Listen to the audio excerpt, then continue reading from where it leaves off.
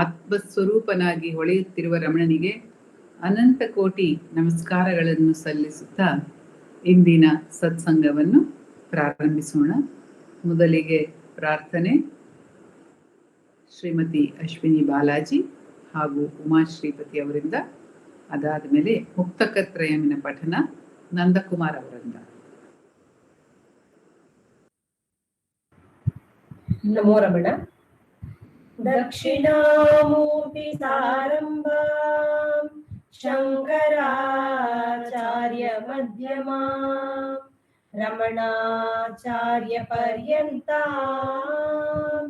ವಂದೇ ಗುರು ಪರಂಪರಾ ವಂದೇ ಗುರು ಪರಂಪರಾ ವಂದೇ ಗುರು ಪರಂಪರಾ. ಶುಕ್ಲಾಂಬರಧರಂ ವಿಷ್ಣುಂ ಶಶಿವರ್ಣಂ ಚತುರ್ಭುಜಂ ಪ್ರಸನ್ನವದನಂ ಧ್ಯಾಯೇತ್ ಸರ್ವವಿಘ್ನೋಪಶಾಂತಯೇ. ಆಂಗಿಕಂ ಭುವನಂ ಯಸ್ಯ ವಾಚಿಕಂ ಸರ್ವವಾಂಗ್ಮಯಂ ಆಹಾರ್ಯಂ ಚಂದ್ರತಾರಾದಿ ತಂ ನಮಃ ಸಾತ್ವಿಕಂ ಶಿವಂ. ನಮೋ ರಮಣ.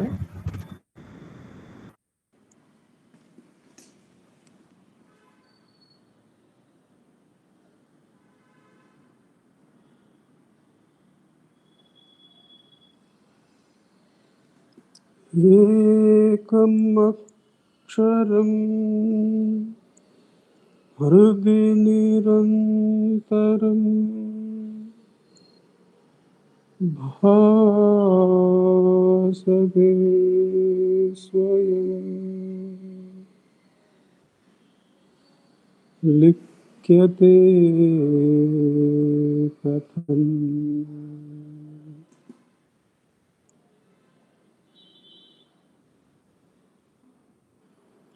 ಹೃದಯ ಕುಹರ ಮಧ್ಯೆ ಕೇವಲಂ ಬ್ರಹ್ಮ ಮಾತ್ರಂ ಯಹಂ ಅಹಂ ಇತಿ ಸಾಕ್ಷಾತ್ ಆತ್ಮರೂಪೇಣ ಭಾತಿ. ಹೃದಿ ವಿಷಮನಸಾ ಸ್ವಂ ಚಿನ್ವತಾ ಮಜ್ಜತಾ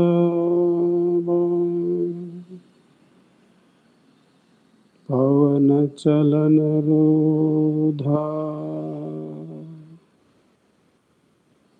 ಆತ್ಮನಿಷ್ಠೋ ಭವತ್ವಂ.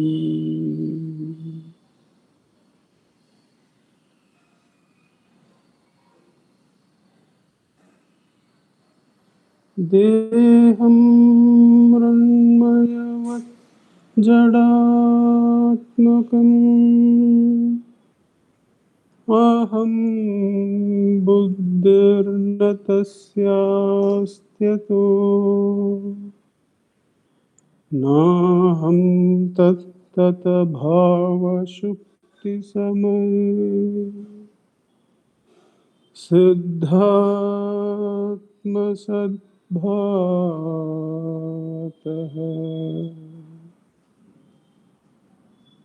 ಕೋಹಂ ಭಾವಯುತ ಕುತೋ ವರಧಿಯಾ ದೃಷ್ಟಾತ್ಮನಿಷ್ಟಾತ್ಮನೋ ಸೋಹಂ ಸ್ಫೂರ್ತಿತಯಾ ಅರುಣಾಚಲ ಶಿವಃ ಪೂರ್ಣೋ ವಿಭಾತಿ ಸ್ವಯಂ. ಸೋಹಂ ಸ್ಫೂರ್ತಿತಯಾ ಅರುಣಾಚಲ ಶಿವಃ पूर्णो विभाति स्वयं। नमो रमण। नमो रमण।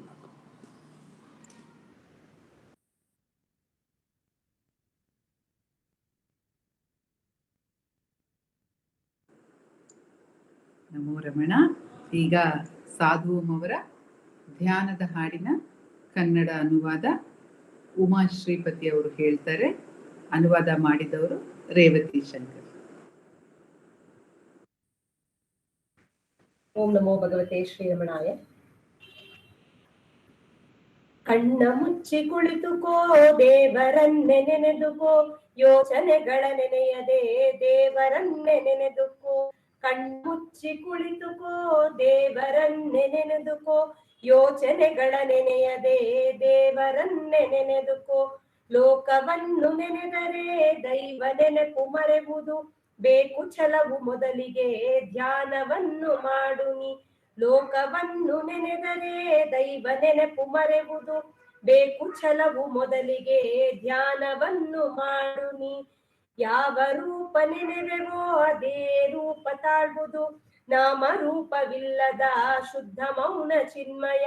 ಯಾವ ರೂಪ ನೆನೆವೆವೋ ಅದೇ ರೂಪ ತಾಳ್ಬುದು, ನಾಮ ರೂಪವಿಲ್ಲದ ಶುದ್ಧ ಮೌನ ಚಿನ್ಮಯ. ಆನಂದದ ಒಂದು ವಸ್ತು ಹೃದಯದಲ್ಲಿ ಇರುವುದು, ಪ್ರೀತಿಯಿಂದ ಹುಡುಕಿದರೆ ಮಿತಿಯಿಲ್ಲದ ಸುಖವದು. ಆನಂದದ ಒಂದು ವಸ್ತು ಹೃದಯದಲ್ಲಿ ಇರುವುದು, ಪ್ರೀತಿಯಿಂದ ಹುಡುಕಿದರೆ ಮಿತಿಯಿಲ್ಲದ ಸುಖವದು. ಎಲ್ಲೂ ಇರುವ ದೈವವ ಎದೆ ಗುಹೆಯಲ್ಲಿ ಕಾಣು ನೀ, ಇಲ್ಲಿ ಕಂಡ ನಂತರವೇ ಇರುವುದೆಲ್ಲ ದೈವಮಯ. ಎಲ್ಲೂ ಇರುವ ದೈವವ ಎದೆ ಗುಹೆಯಲ್ಲಿ ಕಾಣು ನೀ, ಇಲ್ಲಿ ಕಂಡ ನಂತರವೇ ಇರುವುದೆಲ್ಲ ದೈವಮಯ. ವೃತ್ತಿಯನ್ನು ಅರಿವ ಸಾಕ್ಷಿ ದೈವ ನಿನ್ನೊಳಿರುವನು, ವೃತ್ತಿ ಅಡಗೋ ಮೂಲದಲ್ಲಿ ದೈವ ಬಂದು ಕಾಣುವ. ವೃತ್ತಿಯನ್ನು ಅರಿವ ಸಾಕ್ಷಿ ದೈವ ನಿನ್ನೊಳಿರುವನು, ವೃತ್ತಿ ಅಡಗೋ ಮೂಲದಲ್ಲಿ ದೈವ ಬಂದು ಕಾಣುವ. ವೃತ್ತಿ ಅಡಗೋ ಪಥವ ಕೇಳು, ಭಗವನ್ ರಮಣ ಧ್ವನಿಯ ಕೇಳು, ವೃತ್ತಿ ಏಳುವ ಕ್ಷಣದಲ್ಲೇ ಯಾರಿಗೆಂದು ಕೇಳು ನೀ. ವೃತ್ತಿ ಅಡಗೋ ಪಥವ ಕೇಳು, ಭಗವನ್ ರಮಣ ಧ್ವನಿಯ ಕೇಳು, ವೃತ್ತಿ ಏಳುವ ಕ್ಷಣದಲ್ಲೇ ಯಾರಿಗೆಂದು ಕೇಳು ನೀ. ವೃತ್ತಿ ನಿನಗೆ ಎನ್ನುವಾಗ ನಾನು ಯಾರು ಎಂದು ನೋಡು, ನಿಜ ರೂಪ ಕಂಡ ಮೇಲೆ ಎದ್ದ ವೃತ್ತಿ ಅಡಗುವುದು. ವೃತ್ತಿ ನಿನಗೆ ಎನ್ನುವಾಗ ನಾನು ಯಾರು ಎಂದು ನೋಡು, ನಿಜ ರೂಪ ಕಂಡ ಮೇಲೆ ಎದ್ದ ವೃತ್ತಿ ಅಡಗುವುದು. ಒಳಗೆ ಒಳಗೆ ನೋಡುತ್ತಲೇ ಪರಮ ಜ್ಞಾನ ಅರಳುವುದು, ಕಾಣುವ ಅರಿವ ನೋಡಲು ಅಭ್ಯಾಸವ ಮಾಡಿಕೋ. ಒಳಗೆ ಒಳಗೆ ನೋಡುತ್ತಲೇ ಪರಮ ಜ್ಞಾನ ಅರಳುವುದು, ಕಾಣುವ ಅರಿವ ನೋಡಲು ಅಭ್ಯಾಸವ ಮಾಡಿಕೋ. ಕಲಿವ ವಿದ್ಯೆ ಎಲ್ಲವಲ್ಲೂ ದೈವ ವಿದ್ಯೆ ಮೊದಲದು, ಉತ್ತಮ ಕಾರ್ಯ ಎಲ್ಲದರಲ್ಲೂ ಜ್ಞಾನ ನಿಷ್ಠೆ ಹಿರಿಯದು. ಕಲಿವ ವಿದ್ಯೆ ಎಲ್ಲವಲ್ಲೂ ದೈವ ವಿದ್ಯೆ ಮೊದಲದು, ಉತ್ತಮ ಕಾರ್ಯ ಎಲ್ಲದರಲ್ಲೂ ಜ್ಞಾನ ನಿಷ್ಠೆ ಹಿರಿಯದು. ದೇಹ ತಾಳಿದಂತ ಗುರಿಯ ಸಹಜಾನಂದ ಪಡೆಯಲು, ದೈವವಾಗಿ ನಿಂತು ದೇಹ ಕಳಚಿ ಎಸೆದು ಹೋಗುವ. ದೇಹ ತಾಳಿದಂತ ಗುರಿಯ ಸಹಜಾನಂದ ಪಡೆಯಲು, ದೈವವಾಗಿ ನಿಂತು ದೇಹ ಕಳಚಿ ಎಸೆದು ಹೋಗುವ. ಭಗವಂತನು ಜ್ಯೋತಿಮಯನು ಲೋಕವೆಲ್ಲ ತಿಮಿರವು, ಸತ್ಯವನ್ನು ಹುಡುಕಿದರೆ ಈ ನಿಜವೂ ತಿಳಿಯುವುದು. ಭಗವಂತನು ಜ್ಯೋತಿಮಯನು ಲೋಕವೆಲ್ಲ ತಿಮಿರವು, ಸತ್ಯವನ್ನು ಹುಡುಕಿದರೆ ಈ ನಿಜವೂ ತಿಳಿಯುವುದು. ಜಯವೇ ರಮಣ ಸದ್ಗುರು, ಜಯವೇ ಜ್ಞಾನ ಮಾರ್ಗವೇ, ಜಯವೇ ಆತ್ಮ ಶಾಂತಿಯಲ್ಲಿ ಇರುವ ಬಾಳು ಜಯ ಜಯ. ಜಯವೇ ರಮಣ ಸದ್ಗುರು, ಜಯವೇ ಜ್ಞಾನ ಮಾರ್ಗವೇ, ಜಯವೇ ಆತ್ಮ ಶಾಂತಿಯಲ್ಲಿ ಇರುವ ಬಾಳು ಜಯ ಜಯ. ಜಯವೇ ರಮಣ ಸದ್ಗುರು, ಜಯವೇ ರಮಣ ಸದ್ಗುರು, ಜಯವೇ ರಮಣ ಸದ್ಗುರು. ನಮೋ ರಮಣ. ನಮೋ ರಮಣ. ಈಗ ರಮಣಾಂಜಲಿ ಸಂಗೀತ ಮೊದಲನೇ ಹಾಡು ರಾಧಾ ಹಾಗೂ ವಲ್ಲಭ ಅವರಿಂದ, ಎರಡನೇ ಹಾಡು ಉಜ್ವಲ್ ಜಗದೀಶ್. ಎಲ್ಲರಿಗೂ ನಮೋ ರಮಣ. ಇಂದು ಶ್ರೀ ರಮಣದಾಸ ಸದಾನಂದ ಅವರು ಬರೆದಿರುವ ಒಂದು ಹಾಡು. ಇದರ ಕನ್ನಡ ಅನುವಾದ ಶ್ರೀ RN ಜೈಗೋಪಾಲ್ ಅವರು ಹಾಗೂ ಸಂಗೀತ ಸಂಯೋಜನೆ HK ನಾರಾಯಣ ಅವರು.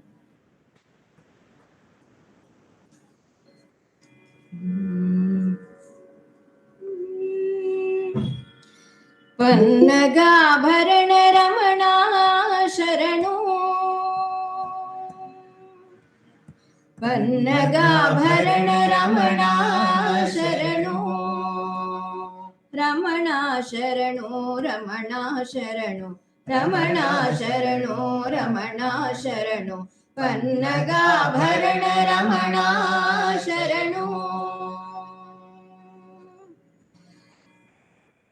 ತರುವೆ ಅಭಯ ಒಲವ ಹರಿಸಿ, ನಲಿವೆ ಶಿರದೆ ಚರಣ ಇರಿಸಿ, ತರುವೆ ಅಭಯ ಒಲವ ಹರಿಸಿ, ನಲಿವೆ ಶಿರದೆ ಚರಣ ಇರಿಸಿ, ಪನ್ನಗಾಭರಣ ರಮಣ ಶರಣು. ಇಹನಿ ಪರನಿ ಸುರನಿ ನರನಿ, ಜ್ಞಾನವು ಪ್ರಾಣವು ತ್ರಾಣವು ಶಿವನಿ. ಇಹನಿ ಪರನಿ ಸುರನಿ ನರನಿ, ಜ್ಞಾನವು ಪ್ರಾಣವು ತ್ರಾಣವು ಶಿವನಿ. ಕೊಡು ಜ್ಞಾನ ನೀ ಹೃದಯದೆ ನೆನೆಸಿ, ಕೊಡು ಜ್ಞಾನ ನೀ ಹೃದಯದೆ ನೆನೆಸಿ, ಮನಸ್ಸನು ಕವಿದ ಇರುಳನು ಹರಿಸಿ, ಪನ್ನಗಾಭರಣ ರಮಣ ಶರಣು. ಮನುಜನ ದುರ್ಬಲ ನೀಗಿಸು ಈಶ, ಮೋಹವ ತೊಲಗಿಸು ಹೇ ರಮಣೇಶ. ಮನುಜನ ದುರ್ಬಲ ನೀಗಿಸು ಈಶ, ಮೋಹವ ತೊಲಗಿಸು ಹೇ ರಮಣೇಶ. ಚರಣದ ಸ್ಥಳವನ್ನು ನೀಡುತ್ತ ಹರಸು, ಚರಣದ ಸ್ಥಳವನ್ನು ನೀಡುತ್ತ ಹರಸು, ಗಜ ಚರ್ಮಾಂಬರಧರನೆ ಉಮೇಶ, ಪನ್ನಗಾಭರಣ ರಮಣ ಶರಣು.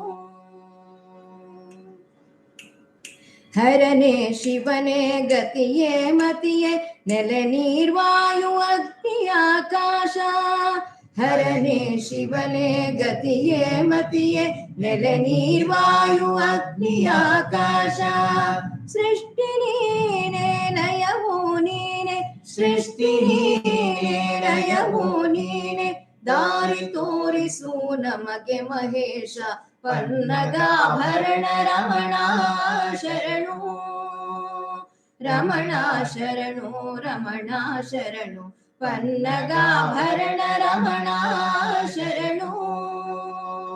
ಪನ್ನಗಾಭರಣ ರಮಣ ಶರಣು, ಪನ್ನಗಾಭರಣ ರಮಣ ಶರಣು. ನಮೋ ರಮಣ.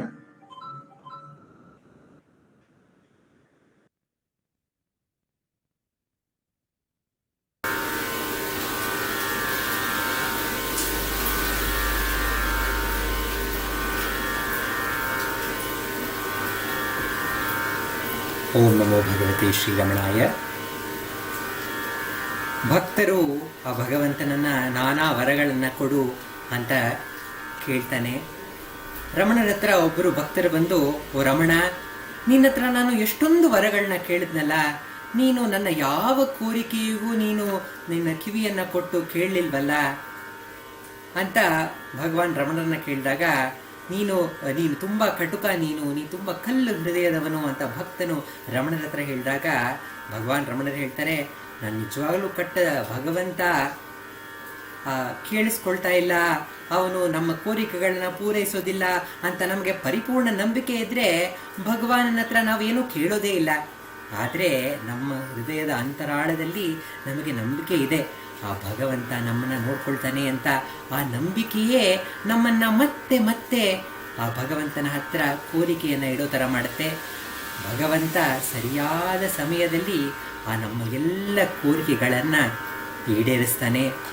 ಶಬರಿ ಹೇಳ್ತಾಳೆ, ತನ್ನ ಚಿಕ್ಕ ಚಿಕ್ಕ ಗೆಳೆಯರೊಂದಿಗೆ ಹೇಳ್ಕೊಡ್ತಾಳೆ, ಈ ಜಗತ್ತನ್ನೇ ಕಾಯುವಂತಹ ಆ ಪರಮಾತ್ಮ ಶ್ರೀರಾಮ, ಅವನಿಗೆ ಇಲ್ಲಿಗೆ ಬರುವಂಥದ್ದು ಯಾವುದು ಸರಿಯಾದ ಸಮಯ ಅಂತ ಅವನಿಗೆ ಗೊತ್ತಿಲ್ವಾ ಅಂತ ಶಬರಿ ಹೇಳಿ ಪ್ರತಿ ದಿನವೂ ಅದೇ ಕಾತುರತೆಯಿಂದ, ಅದೇ ಒಂದು ಉತ್ಸಾಹದಿಂದ ತನ್ನ ಸಾಧನೆಯನ್ನು ಮಾಡ್ತಾ ಇದ್ಲು.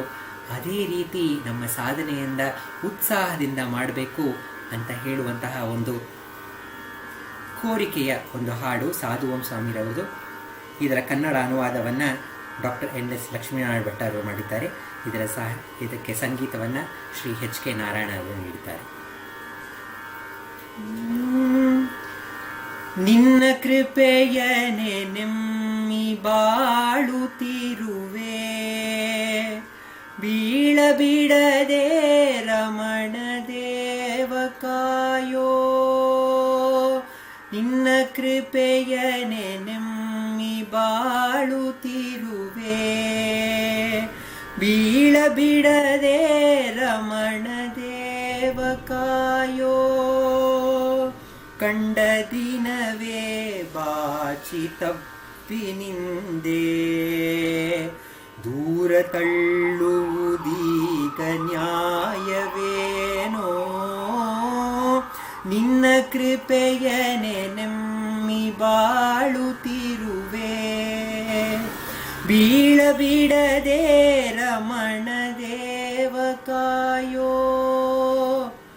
ನನ್ನ ಅಹಂಕಾರವನು ಉರಿಸು ಎಂದು ಇನ್ನಿಲ್ಲದಂತೆ ನಾ ಬೇಡುತ್ತಿರುವೆ. ನನ್ನ ಅಹಂಕಾರವನು ಉರಿಸು ಎಂದು ಇನ್ನಿಲ್ಲದಂತೆ ನಾ ಬೇಡುತ್ತಿರುವೆ. ನನ್ನ ಹಮ್ಮಿಗೆ ಚಿಗಿತ ವಾಸನೆಗಳ ಚಿನ್ಮಯನೆ ಕತ್ತರಿಸು ಬೇಯುತ್ತಿರುವೆ.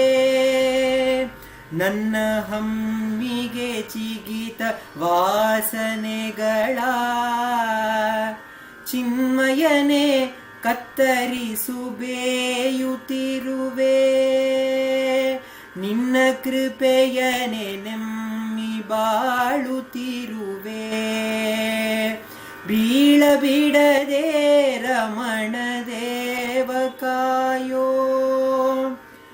ತಂದೆ ಬಾ ತಾಯಿ ಬಾ ಕಂದ ನಾನು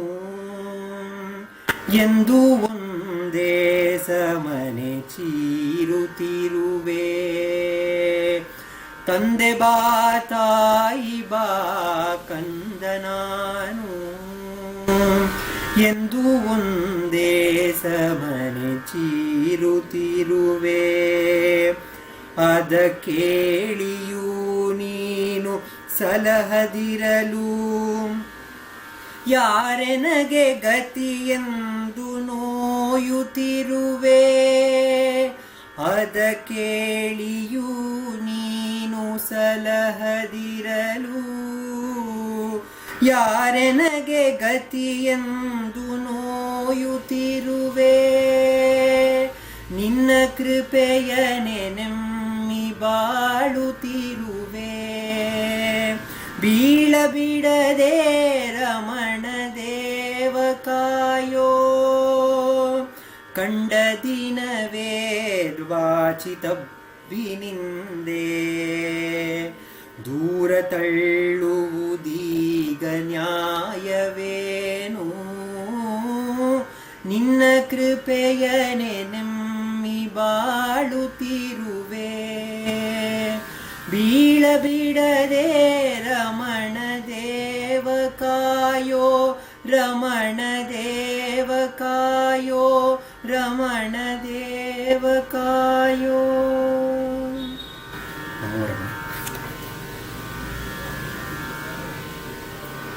ರಮಣ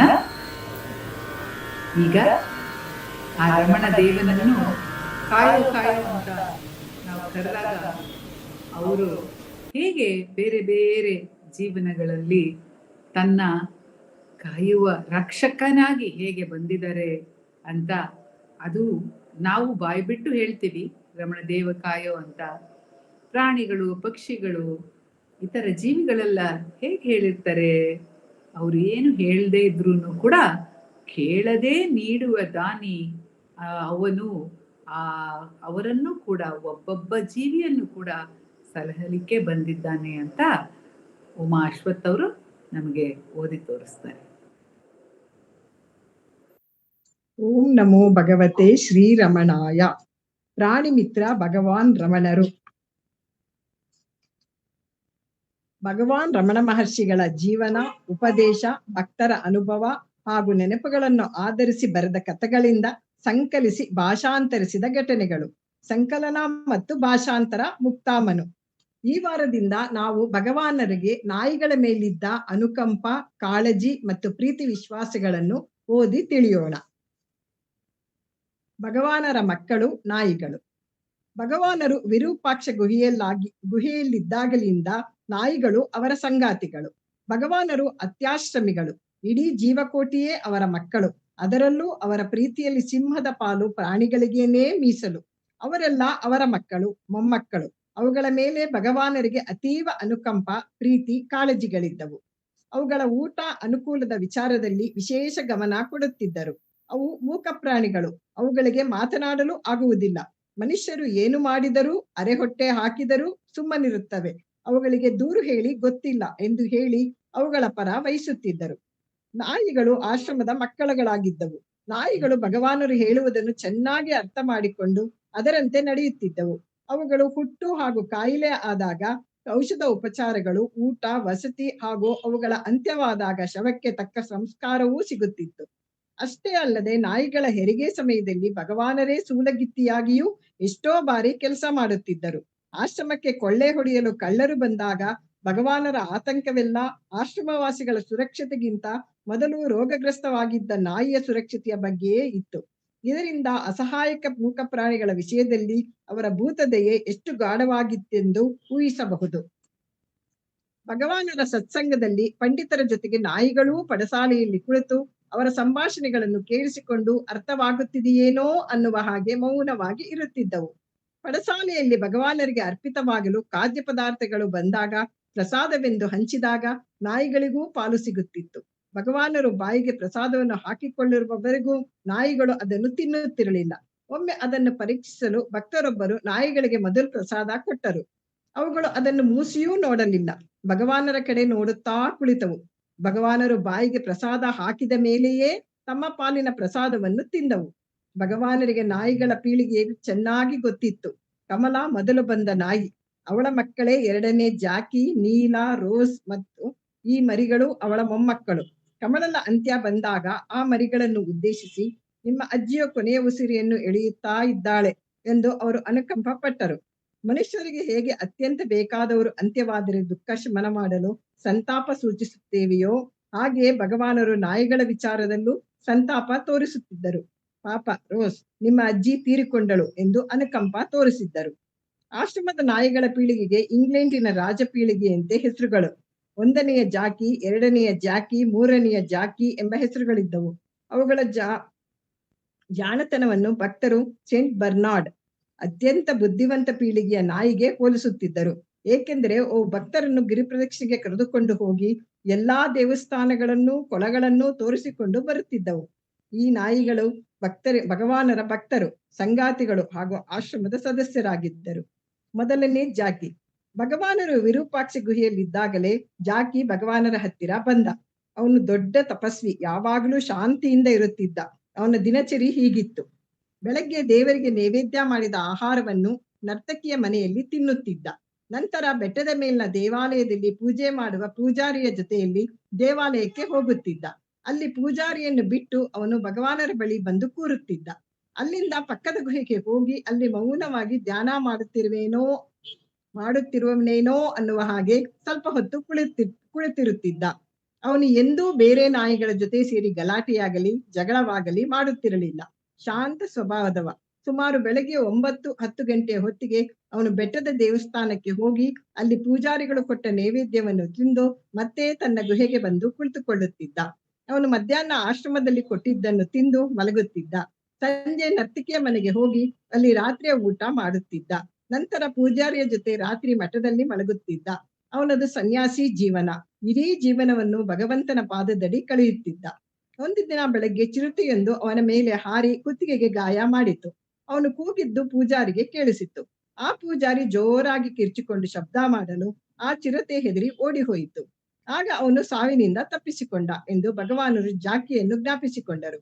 ಅವರು ಅವನ ವಿಷಯ ಮುಂದುವರಿಸುತ್ತಾ, ಜಾಕಿ ಬಹಳ ವಿಧೇಯತೆ ಹಾಗೂ ಶಾಂತಿಯಿಂದ ವರ್ತಿಸುತ್ತಿದ್ದ, ಅವನು ಬಹಳ ಜಾಣ ಎಂದು ಹೇಳಿ ಅದಕ್ಕೆ ಉದಾಹರಣೆಯಾಗಿ ನಡೆದ ಸಂಗತಿಯೊಂದನ್ನು ಹೇಳಿದರು. ಒಂದು ದಿನ ನಾನು ಮತ್ತು ಭಕ್ತರು ಗಿರಿ ಪ್ರದಕ್ಷಿಣೆ ಹೋಗುತ್ತಿದ್ದೆವು. ವಿರೂಪಾಕ್ಷ ಗುಹೆಯಿಂದ ಇಳಿದು ಬೆಟ್ಟವನ್ನು ದಾಟಿಕೊಂಡು ಸೀದಾ ಕಾಡಿನೊಳಗಿನ ದಾರಿಯಲ್ಲಿ ನಡೆದವು. ಹೊರಡುವಾಗ ಗುಹೆ ಹತ್ತಿರ ಮಲಗಿದ್ದ ಜಾಕಿಗೆ, ನಾವುಗಳು ಗಿರಿ ಪ್ರದಕ್ಷಿಣೆ ಹೋಗುತ್ತಿದ್ದೇವೆ, ನೀನು ಸೀದಾ ಕೆಳಗೆ ಇಳಿದು ಊರೊಳಗೆ ಹೋಗು ಎಂದು ಹೇಳಿ ನಾವುಗಳು ದಕ್ಷಿಣಾಭಿಮುಖವಾಗಿ ಸುಮಾರು 1 ಮೈಲಿಯಷ್ಟು ಹೋಗಿರಬಹುದು. ಆವಾಗ ಜಾಕಿ ಬೆಟ್ಟದಿಂದ ಇಳಿದು ಊರಿನ ಕಡೆಗೆ ಓಡುತ್ತಾ ಹೋಗಿದ್ದನ್ನು ನಾವು ನೋಡಿದೆವು. ಅಂದರೆ ಆದೇಶ ಕೊಟ್ಟ ಹಾಗೆಯೇ ಅವನು ಪೂರ್ವಾಭಿಮುಖವಾಗಿ ಇಳಿದಿದ್ದನ್ನು ನೋಡಿದೆವು. ಕೆಲ ಸಮಯದ ಮೇಲೆ ಅವನು ಕಾಣಿಸಲಿಲ್ಲ. ನಾವು ಹೋಗಬೇಕೆಂದುಕೊಂಡಿದ್ದ ಕಾಡಿನ ದಾರಿಯಲ್ಲಿ ಮತ್ತೊಂದು ಮೈಲಿಯಷ್ಟು ಹೋಗಿರಬಹುದು. ಆಗ ದಾರಿಯಲ್ಲಿ ಜಾಕಿ ನಮಗಾಗಿ ಕಾಯುತ್ತಿದ್ದ. ನಾನು ಆಗ, ನೀನು ಆಶ್ರಮಕ್ಕೆ ಹೋಗು, ನಮ್ಮ ಜೊತೆ ಬರಬೇಡ ಎಂದೆ. ಅವನ ಮನಸ್ಸಿಗೆ ದುಃಖವಾದರೂ ಅವನು ಗುರುವಿನ ಮಾತು ಮೀರದೆ ತಿರುಗಿ ಆಶ್ರಮಕ್ಕೆ ಹೋದ. ಅವನ ದೊಡ್ಡ ಗುಣ ಅಂದರೆ ಅವನ ವಿಧೇಯತೆ. 1906ರಲ್ಲಿ ಪ್ಲೇಗ್ ರೋಗ ಬಂದು ಊರಿನಲ್ಲಿ ಮನೆಗಳು ಖಾಲಿಯಾದಾಗ ಜಾಕಿ ಕಾಯಿಲೆಯಿಂದ ಸಾವನ್ನಪ್ಪಿದ. ನಮೋ ರಮಣ.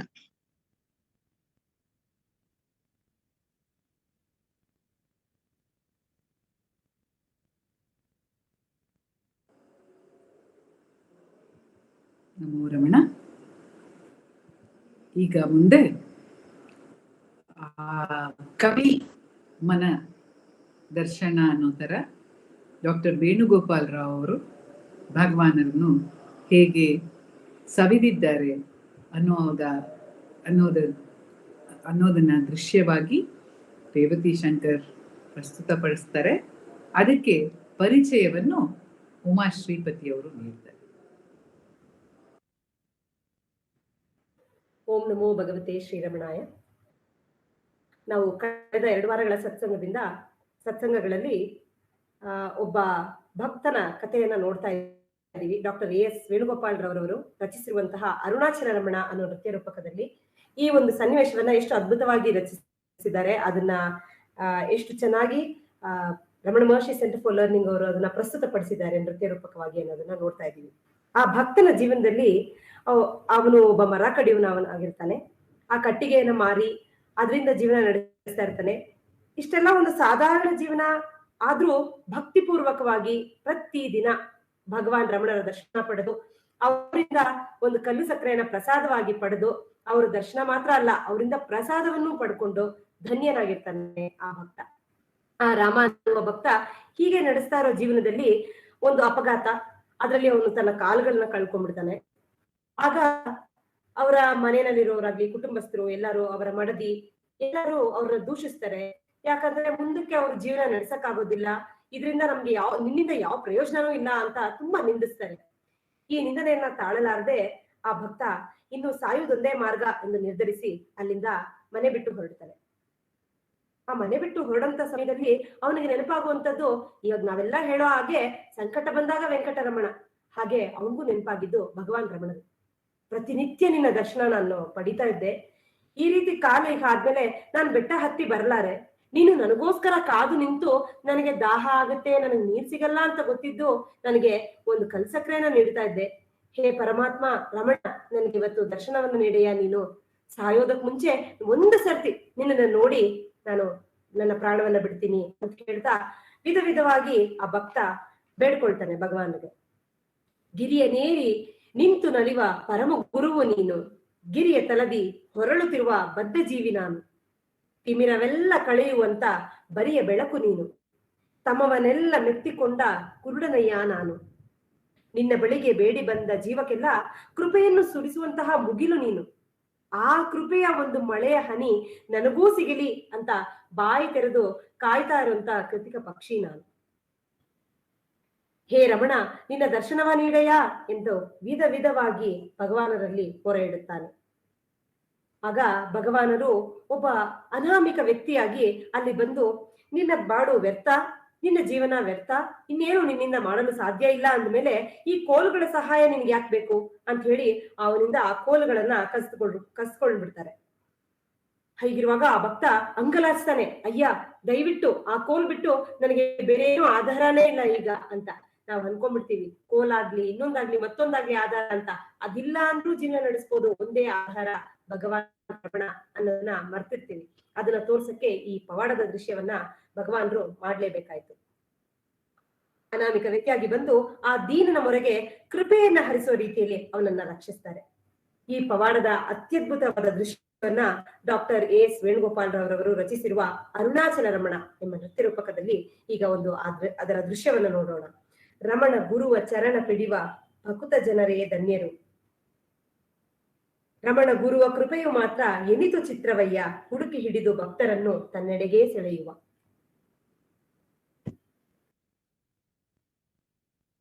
ತಾಳಲಾರೆ ಕ್ರೂರ ಮಾತುಗಳ ನನ್ನವಳೇ ಅವಳು, ಕೇಳಿರ ಅವಳ ಹೆಂಡತಿ ಮಕ್ಕಳು ಪ್ರೀತಿಸರು ಮುಂದು, ಒಬ್ಬನೇ ಬಂದಂತೆ ಹೋಗುವೆನು ಇಂದು.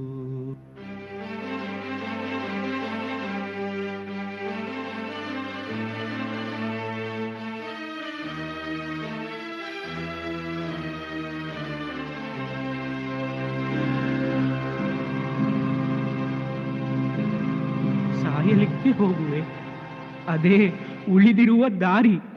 ಹೋಗುವ ಮೊದಲು ನೋಡುವೆನ ದೇವ ನಿನ್ನನು ಇಂದು, ಈ ಬಡವನ ಮೇಲೆ ಬೀಳುವುದೇ ನಿನ್ನ ಕರುಣೆಯ ನೋಟವೊಂದು, ಕರುಣೆಯ ನೋಟವೊಂದು. ಅರುಣಾಚಲ ರಮಣ, ಅರುಣಾಚಲ ರಮಣ. ದರ್ಶನವ ನೀಡೆಯ ರಮಣ, ಅರುಣಾಚಲ ರಮಣ, ದರ್ಶನವ ನೀಡೆಯ, ದರ್ಶನವ ನೀಡೆಯ. ಸರಿ ಸರಿ, ಬೆಟ್ಟವನ್ನು ಸುತ್ತಿ ನಿನ್ನನ್ನು ಪ್ರದಕ್ಷಿಣೆ ಮಾಡಿ ಆಮೇಲೆ ಉಸಿರ ಬಿಡುವೆನು, ಆಮೇಲೆ ಉಸಿರ ಬಿಡುವೆನು.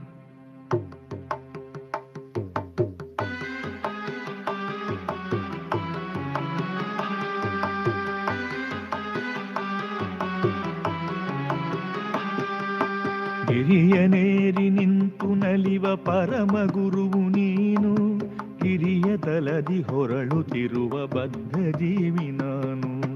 ತಿಮಿರವೆಲ್ಲ ಕಳೆಯುವಂಥ ಬರಿಯ ಬೆಳಕು ನೀನು, ತಮವನೆಲ್ಲ ಮೆತ್ತಿಕೊಂಡ ಕುರುಡನಯ್ಯ ನಾನು.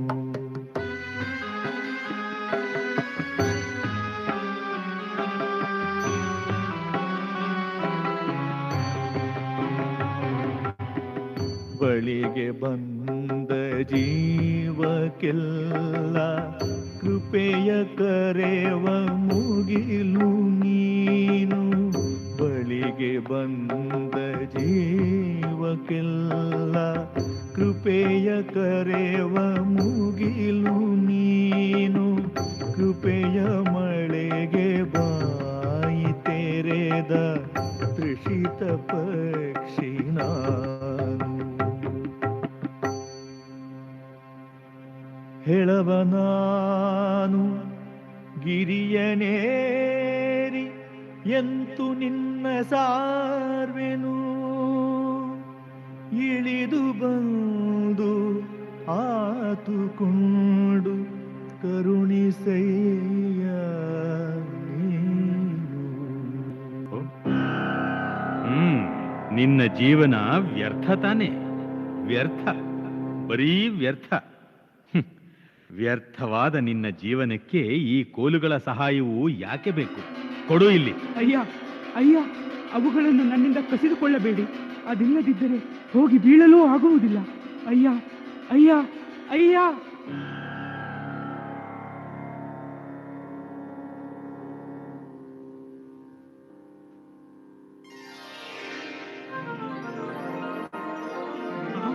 ಕಾಲುಗಳು ಸರಿ ಹೋದವು, ಹೌದು ಸರಿ ಹೋದವು. ಸ್ವಾಮಿ ರಮಣ, ಅರುಣಾಚಲ ರಮಣ, ನನ್ನ ಸ್ವಾಮಿ ರಮಣ, ರಮಣ.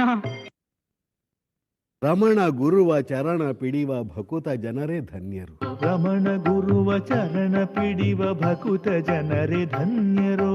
ರಮಣ ಗುರುವ ಚರಣ ಪಿಡಿವ ಭಕುತ ಜನರೇ ಧನ್ಯರೋ.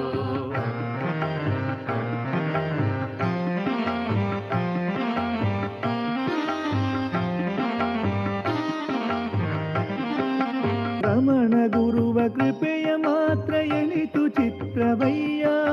ಹುಡುಕಿ ಹಿಡಿದು ಭಕ್ತರನ್ನು ತನ್ನೆಡೆಗೆ ಸೆಳೆಯುವ.